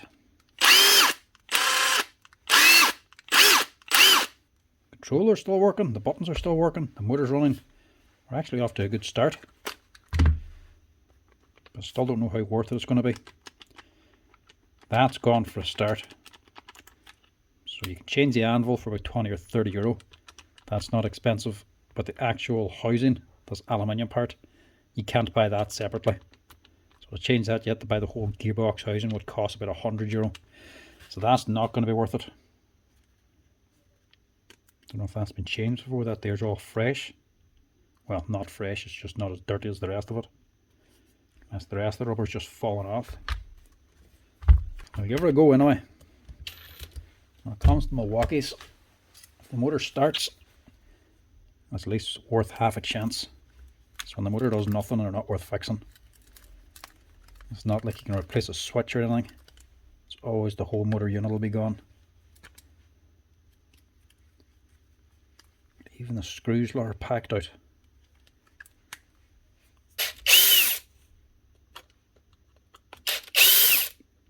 If we can fix it, we'll also clean it, because this one looks like it deserves it.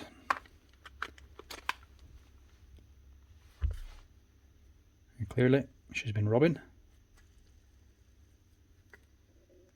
Bearing's not bad. I wonder if it has been rubbing or if it's just full of stuff.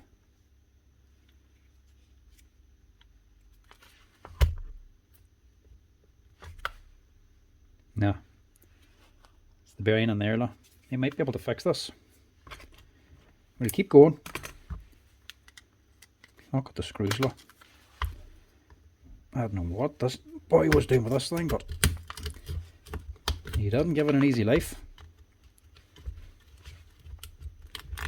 These things run hard and fast and die young, and he was definitely running it hard and fast.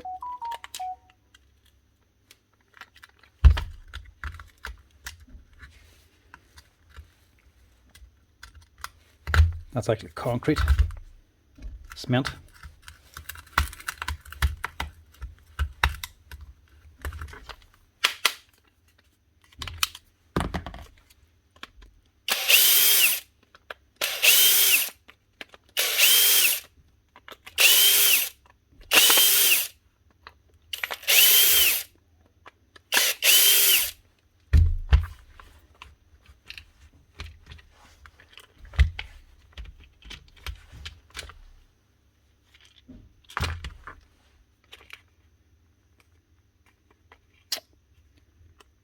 Yeah, I hate it when they do like that.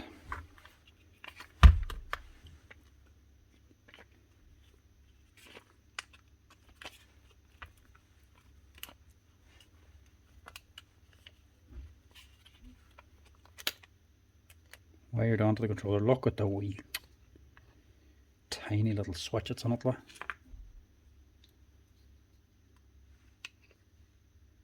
If they had just a wee connector down here or up here, they could easily have that there replaceable. There's no reason for that to be sold as one complete kit. Wee skinny field on it, stator. Just scaled that back just to get it as thin as possible. It's only a stator, mind you. It's not heavy duty, but you're not getting it smaller and compact by having it bulked up. You're going to have it scaled back. And a wee controller down here. So how do I get onto these LED lights? Maybe I don't even need to get onto them. Are these LEDs clipped on? Are they under the tool holder? They look like they're clipped.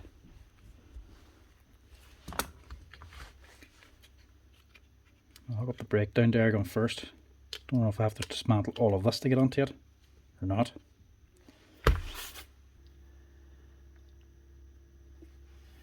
Now, there's your gearbox front with your anvil and all on it. Part number 100 if you want to replace the aluminium part. So this steel bush goes, that's just to buy about €100 for that. But you can buy everything else on it, mind you. We clips off for the front. The gearbox is good enough. You can buy all the pieces for this, even the part we need, which is this wee bearing number 20. It costs about a tenner. We'll have to see what size it is. We might have to order it from Milwaukee if it's an oddball one. But here, why do they do this? It even has some of it separated the screws, the Hall effect sensor board and the stator, but then they just grip it all together anyway. That switch, they could easily have that there separate, and your rotor then, so that costs about 50 or 60, that whole assembly if this goes, or you could just change the plate. This here costs about €140 for the motor, for the actual unit. So if that goes, you forget about it. If that goes, you're basically forgetting about it. I don't know which way this LED light is. It doesn't give you much information. There's a clip behind. The clip doesn't give you a picture, and this site doesn't even list. This is a part number 7. That doesn't even give you the option, not even a part number. So still don't know how this comes off. There's a clip at the front or what. Don't know what this is meant to be behind. I just don't know how that comes out.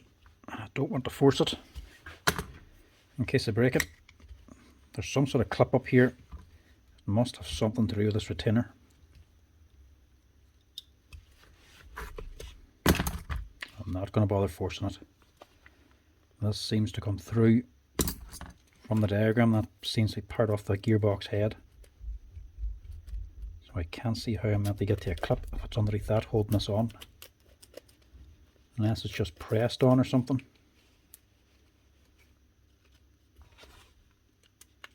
It is removable, but I don't know how, and there's nothing on the diagram to tell me. And the part's not even listed as a spare part. Shows you the diagram, shows you the part number, or the listing number, but doesn't give you an actual part number.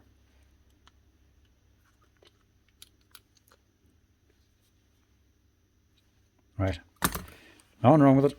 I shouldn't need to take it off anyway, so we'll just leave it where it is.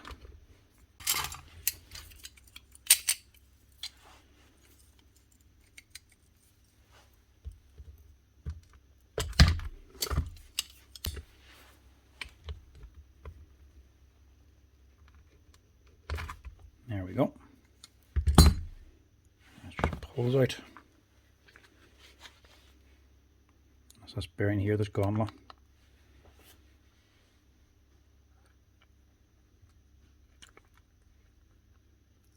So all that can just come out.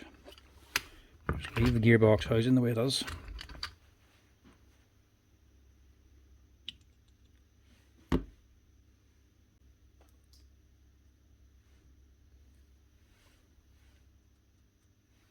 Don't even have a washer on here either anymore. There's normally a washer to keep these two pins on. Can't go anywhere anyway, but it'll be alright. We need to get this here.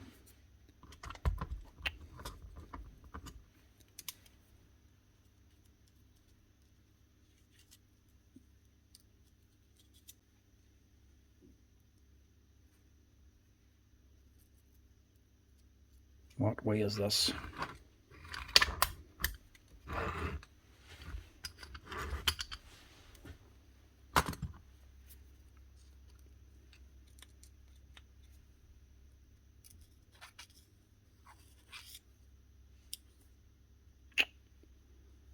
It's actually set onto the housing.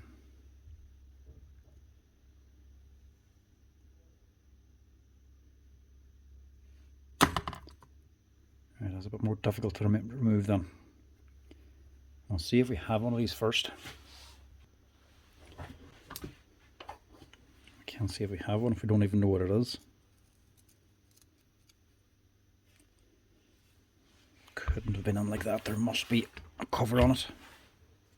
Yeah.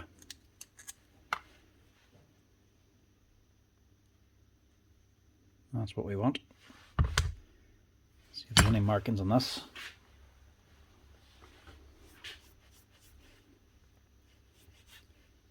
They're not the best of quality, but they're not that bad. It's the difference between using cheap bearings and using completely open ones.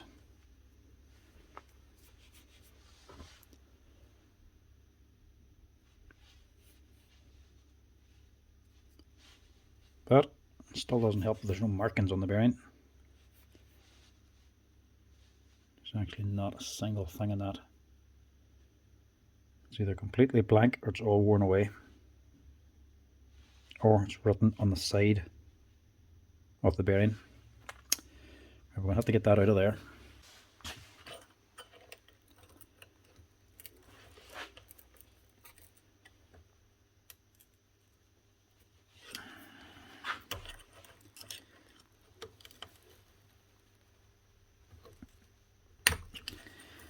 You need to get that out.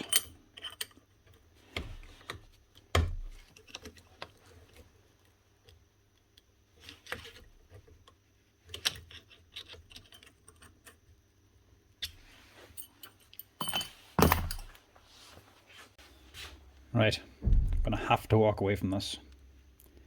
For one, can't get this bearing out. If I pull it out now, it's just going to fall apart. And then no matter what, if I put it back together again then, it's going to be in a worse state than what I got it.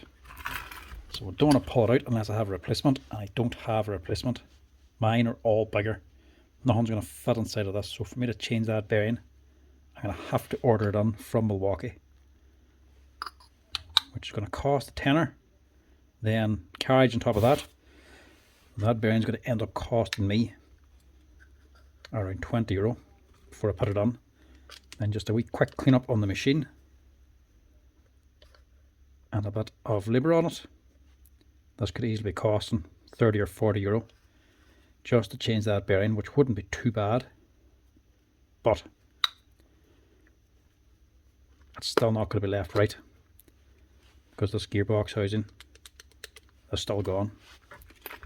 So no matter what I really do, this is not going to be fixed right.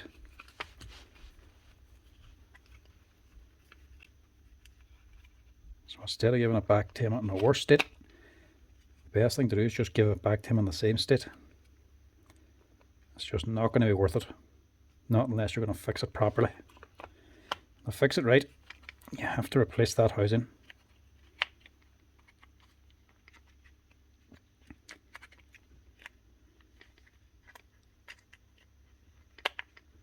But at €100, that's just not worth doing. Oh, I forgot the big gear now.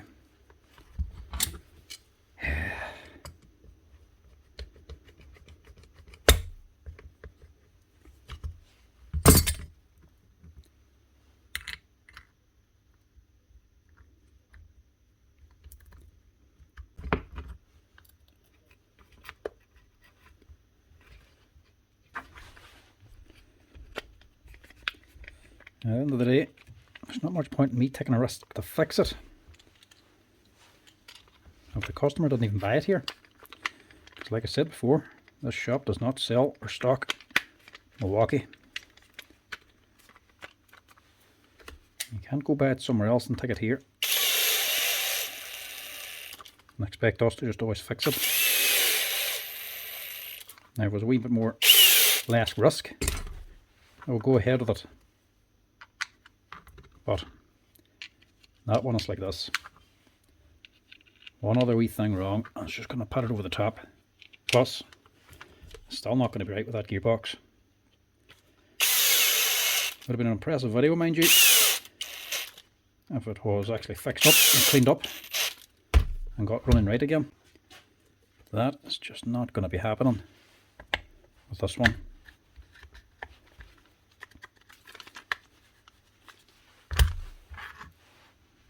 One tiny bearing is what's stopping this from being fixed,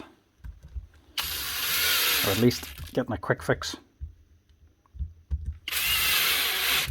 I'm not even sure what size that bearing is, if it's a 687 or not. The Milwaukee website, they only just give you a part number, they do not give you the number of the bearing, so I can't even get it in the crowd like a normal bearing supplier like Reliance or something. Normally if it's an oddball bearing, I can just put it onto their order a bunch of parts for other machines as well, and just add that on, and it works out cheaper because I don't have to pay the carriage. It's not going to work here. That one bearing is going to end up costing me €20. It's just going to make this wee quick fix too expensive, especially like that. So at least the customer's getting it back, still working the exact same way. If I had tried to pull that bearing out, there'd be nothing there, and actually would be even worse again. So got to cut the losses and just forget about that. Right, next up we've got a wee Bosch drill. We got a few of everything else, so I got a Bosch up here. This is the GSB18V/55. It looks like it's a trigger problem.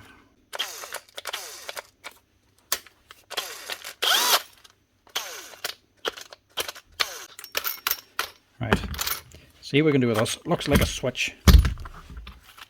See if there's a switch in stock now. This might be a cheaper wee drill, but you can actually buy the switch.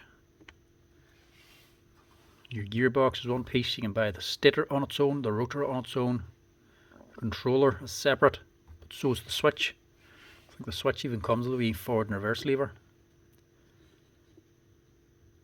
So the rotor's cheap enough. It's less than 18. 20 for the stator. Nearly 50 for the gearbox. The controller's nearly 50. But the switch is only £5 or £6. So we'll see where this is. More brands need to be doing this. If they can fit an affordable switch in a wee cheap drill, they should be able to fit it in an expensive drill too. This one here is 1607000E18.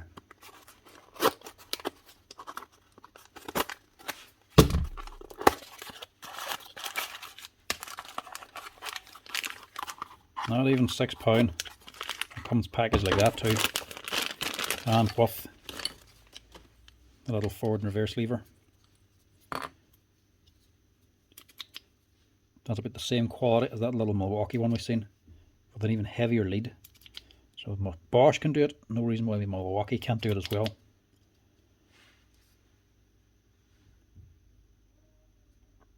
Not a bad wee switch, but like I say, it's only a cheap machine. Hopefully this is the problem now. Could be a problem with the motor too. I'll stick this on first and see.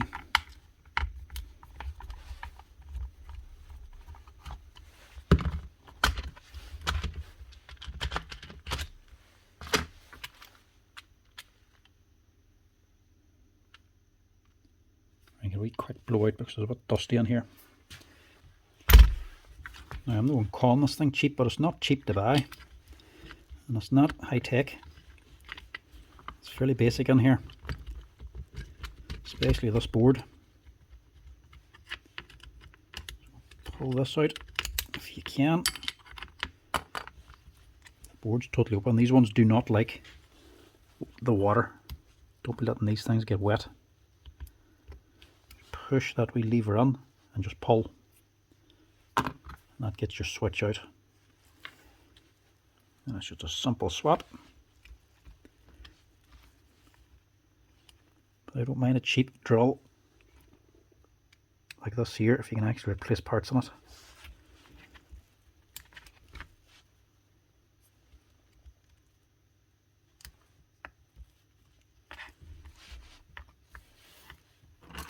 Depends on the user.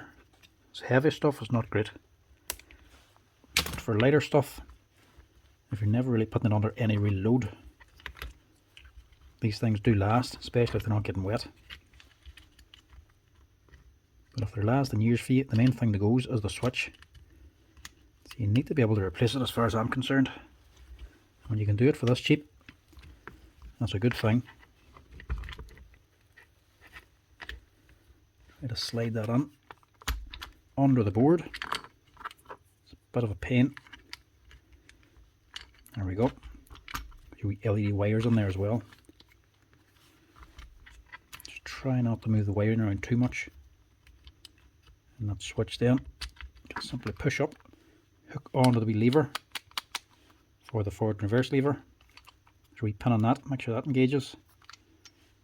And that's it. Make sure everything else is in, sitting down and place.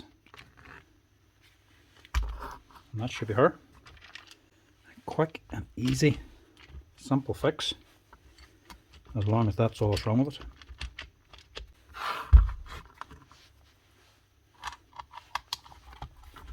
This one, what it lacks in power and performance, it makes up in repairability. They're great for a wee light drill, especially on little production lines or something, if you're just using it at home, or for kitchen fitters or something. If you're not doing anything heavy with it, they do seem to last. And whenever you're out to replace the switch for less than £6, and it comes with the wee change lever as well, they normally cost at least £1 or £2 on their own. They're not expensive to fix and keep going.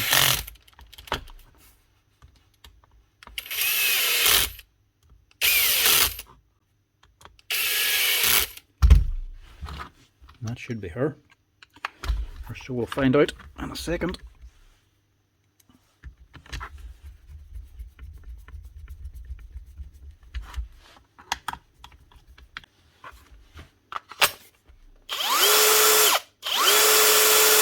Nice one. That's her. One wee Bosch drill with a cheap wee switch. Don't forget his butt. Now, last one today is going to be a wee DeWalt multi-tool. This is the DeWalt 18V DCS577 Type 1 multi-tool. We'll finish up on this one because it ain't worth fixing, but I might be able to fix it up anyway. The head's actually gone on it. Sometimes this happens. People think this here metal bracket is gone, you just need to replace it, but it's not. This is just a lever. It's actually made of plastic sprayed silver. That's not the problem. The problem's the mechanism up in here. She's actually rusted up. She's rusted solid inside. So the bracket holding this, the spring and the lever and all, she's rusted solid.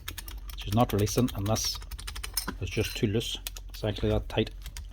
It's loose that it's not holding, and it's not even releasing enough to even let this thing out. These here, they're not really worth fixing. There's very odd time you can ever fix these things. Inside is just a body, two halves of the body, an entire motor unit, including your battery retainer, your switch, your controller, and your entire motor. Then you got your whole head up in here, and then everything else is just a few wee levers and springs and triggers and that. That's it. The main bulk of it is just the motor and the head. It's just two parts, and they're not really worth replacing. But I might be able to do something with this. We're going to give this a go now, seeing as it's the end of the day. And I've already looked. Do have a few cordless ones off these out there. Don't even have a small enough spanner now, look.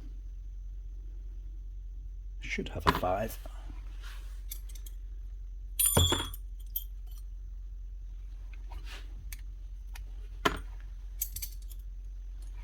Keep going down.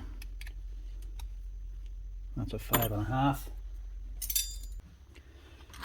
Nah, either I don't have one or it's too small to see.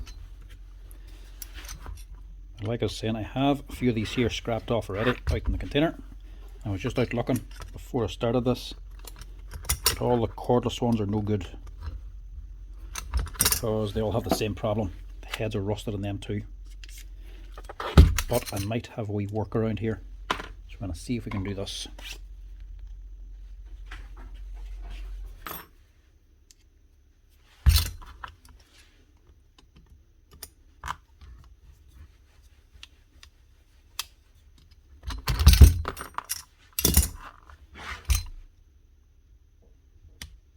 can't even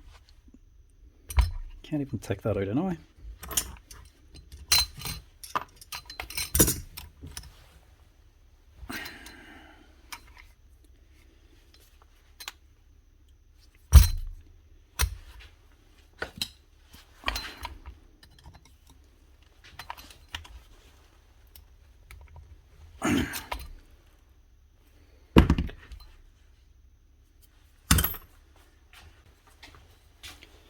Problem with these things is you're just relying on this little plastic lever to open and close a big heavy spring, and if they rust, they generally strip stuff out and then they won't open at all, so they just end up binding up. That's not budging at all. Don't worry, should be able to get around that. Should have a special wee tool specially for it on here.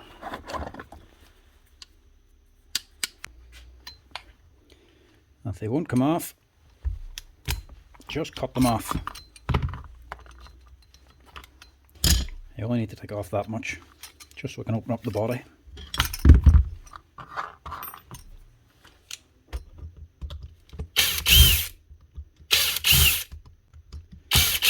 It's not to say this thing hasn't done much work.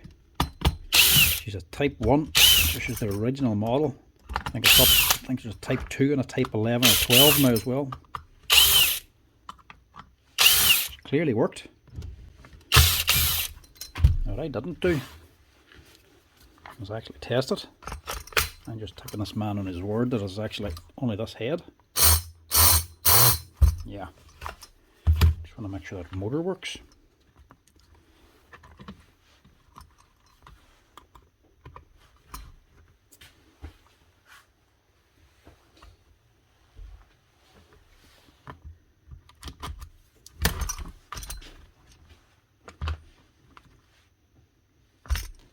That's all that's on them.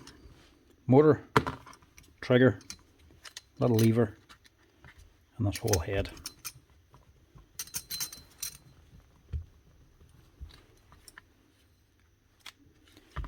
It's actually screwed on too.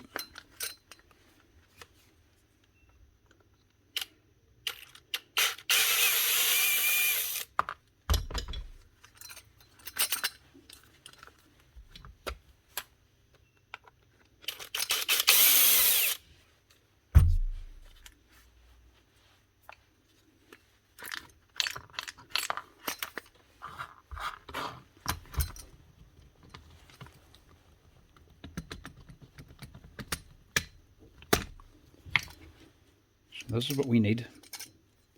That's what's actually gone. Not including the little plastic lever.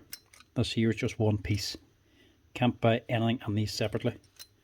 I think you can buy this bottom piece and this bottom flange, but the rest is all one piece. So when this happens to you, there's not much you can really do. It'd be too expensive to replace all that on its own. But I have another way. Use a donor, a 240 volt donor, because strangely enough this machine has a corded version, or at least I'm assuming. Fairly similar, just modified back here. Well, modified anything, whole different body and different motor, different switch in it. Now these ones, corded ones, I don't think they're very good, but I'm hoping the head's the same.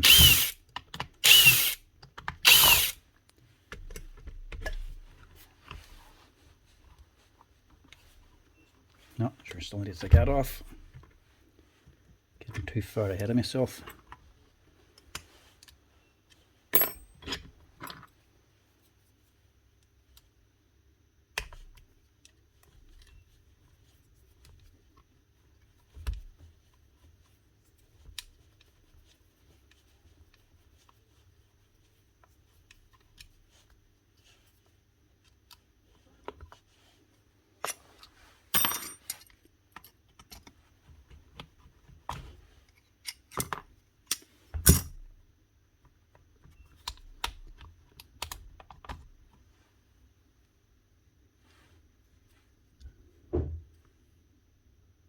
Actually steel wee balls in there too.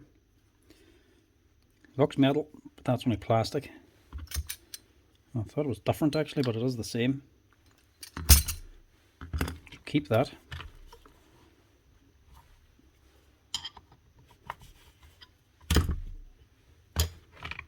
Now, is this compatible? Is the main thing.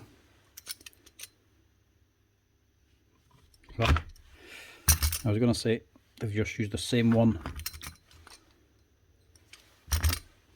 from this and this machine, but it looks like they used this one and this machine. I have it the other way around.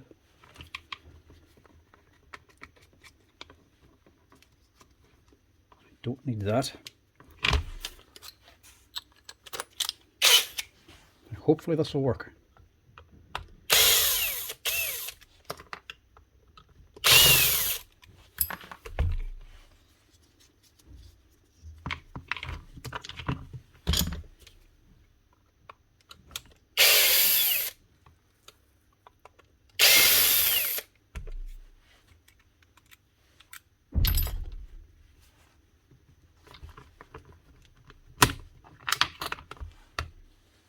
It actually will, I think. So we don't need all of this. Can't even remember what was wrong with this one now. Is it a switch in it or a motor?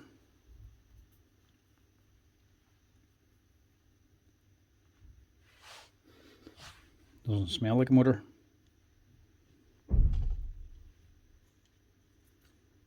Either way, doesn't really matter.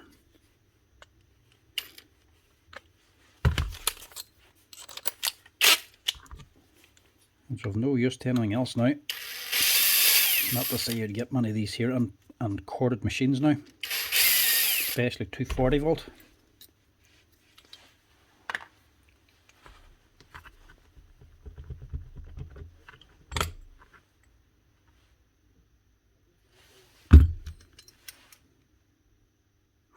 It is different.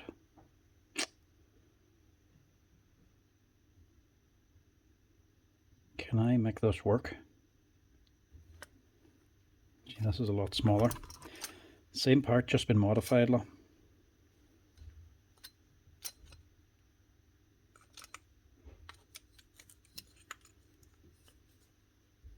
It's actually identical, just apart from back here. And it still has the same holes where it fitted onto. Look. So this is screwed onto the other corded machine out here, and the armature was screwed onto there. This one, there's no screws on it. It still has the holes, but they're not going into anything. It just has the two screw holes here for this bracket. They're not used. These ones here are just for the housing here, look.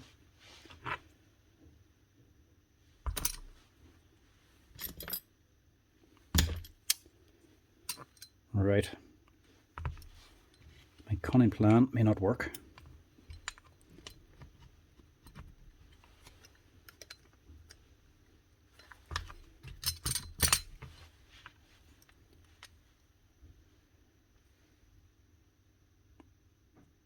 Everything else is the same.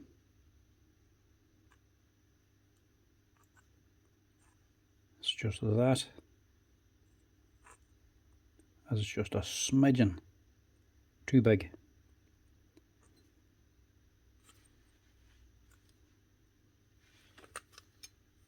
I wonder if I could just file that down.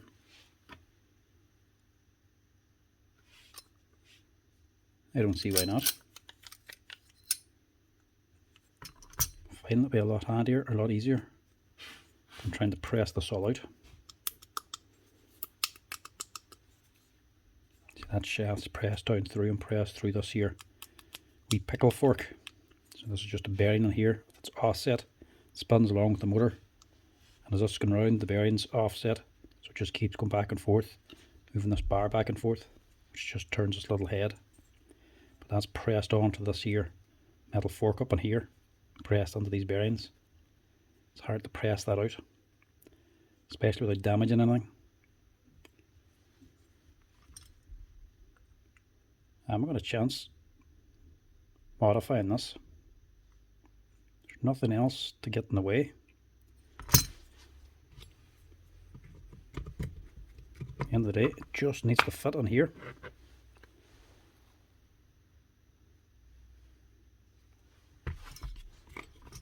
actually. Will it fit in there the way it is? It's a comfortable fit. No harm in finding out.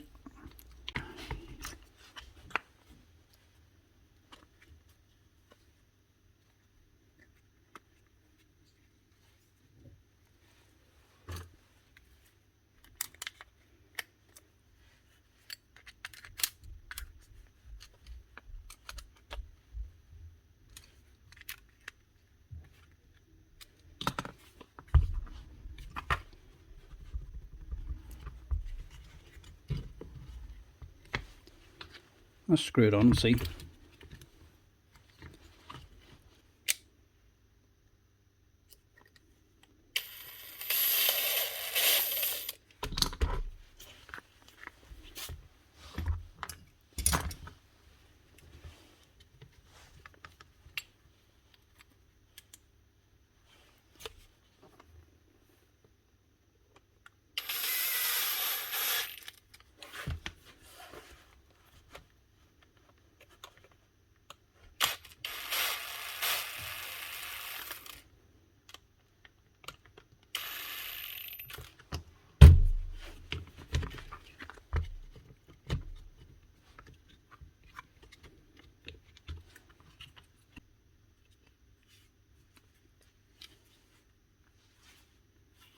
Seems like it actually fits.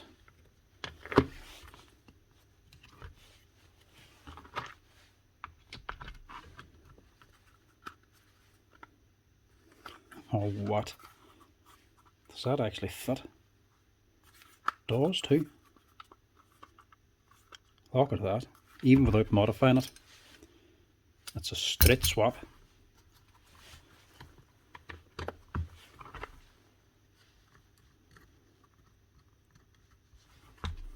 I don't believe that. Keep going and we'll find out if it actually works.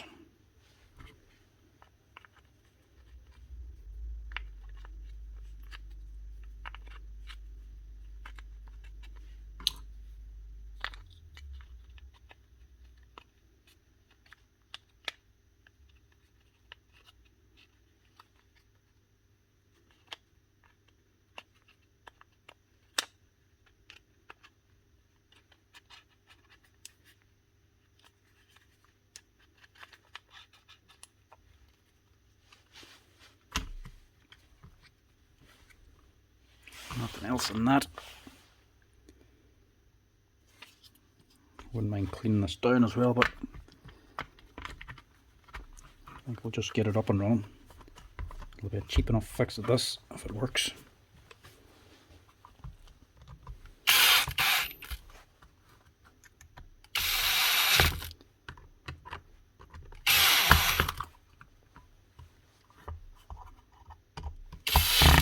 How is this fitting? I was expecting they need to modify it in some way. Even especially with the head being actually a different size, I didn't think it was going to fit in. How is this actually fitting? I mean, it's actually coming together.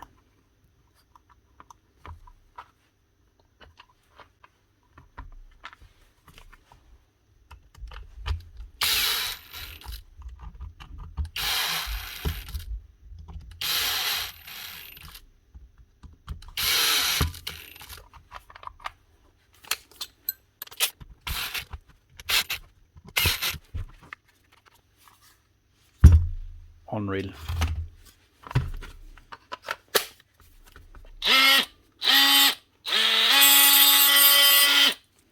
Look at that. Is that not the coolest fix today so far? Corded DeWalt multi-tool being used to fix a cordless one. Can give that there a quick wee wipe. It's a bit grubby there. I am surprised that worked so well.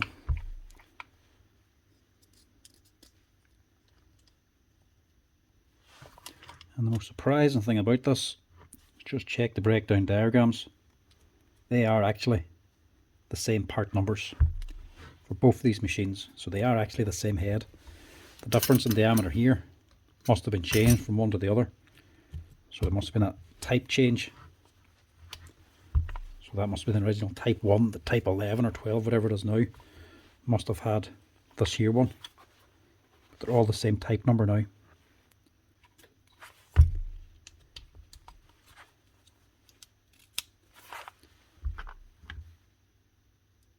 Now, is that not the coolest wee repair to end the day on here now, to end this video? As long as it works now.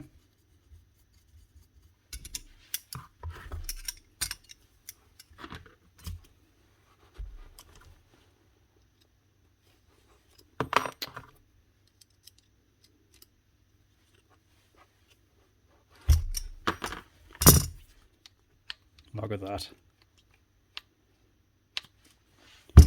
Using the parts from a DeWalt DWE315 Type 1 240 volt corded multi-tool to fix an 18 volt cordless at the DCS577. It doesn't matter if it's a Type 2 or Type 11, they're all the same part number. So this was the original, so they must have had this one here out first. There only ever was one type number. So whenever they released the cordless version, they just took the head from this one and put it onto here. No big deal in that, they're just using the same part again. It's actually good because it keeps the price down. There's a wee bit of difference in it. It was a bit wider, so the original one of these probably had a wider head. And now the newer versions now have just narrowed down here, but it still fits. They haven't changed anything else. Still has the actual 4 bolt holes for going onto here. Everything else is identical. These ones here for holding this bolt, this head on, same screw holes as would have been on this one. So this is all identical. One can be using the other one. So if it ever happens to you with your corded machine and you have an older corded one, you can just swap them around. That's it. That's her up and running.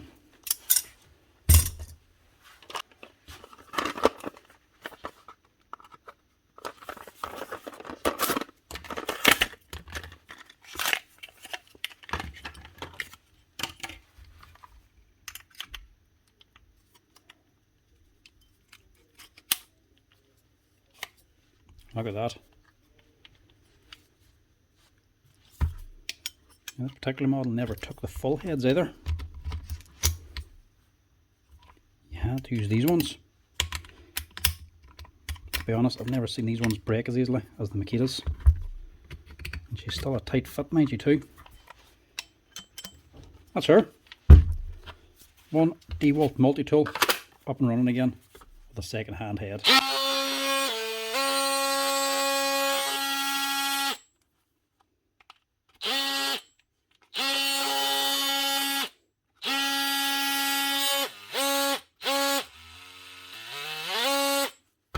Nice one.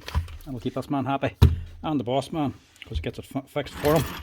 He's not breaking any promises. Right, folks, that's it. We'll finish it up on this here one for today. I think that's all we're going to be able to get squeezed done. But anyway, folks, thanks for watching as always. I hope you're enjoying the tool repair videos. If you are, make sure to hit that like button down below. And if you want to help out the channel, make sure to hit that subscribe button as well. And if you want to be notified when there's a new video posted, you can also hit that little notification button down below. But maybe you don't want to do that because we do try to post one here every day, so you mightn't like the notification all the time. But thanks for watching as always, and if you want to help out the channel, make sure to hit that hype button at the bottom. And if you want to help out as well, you can also become members too. But till next time, folks, I'll chat to you all later. Cheers.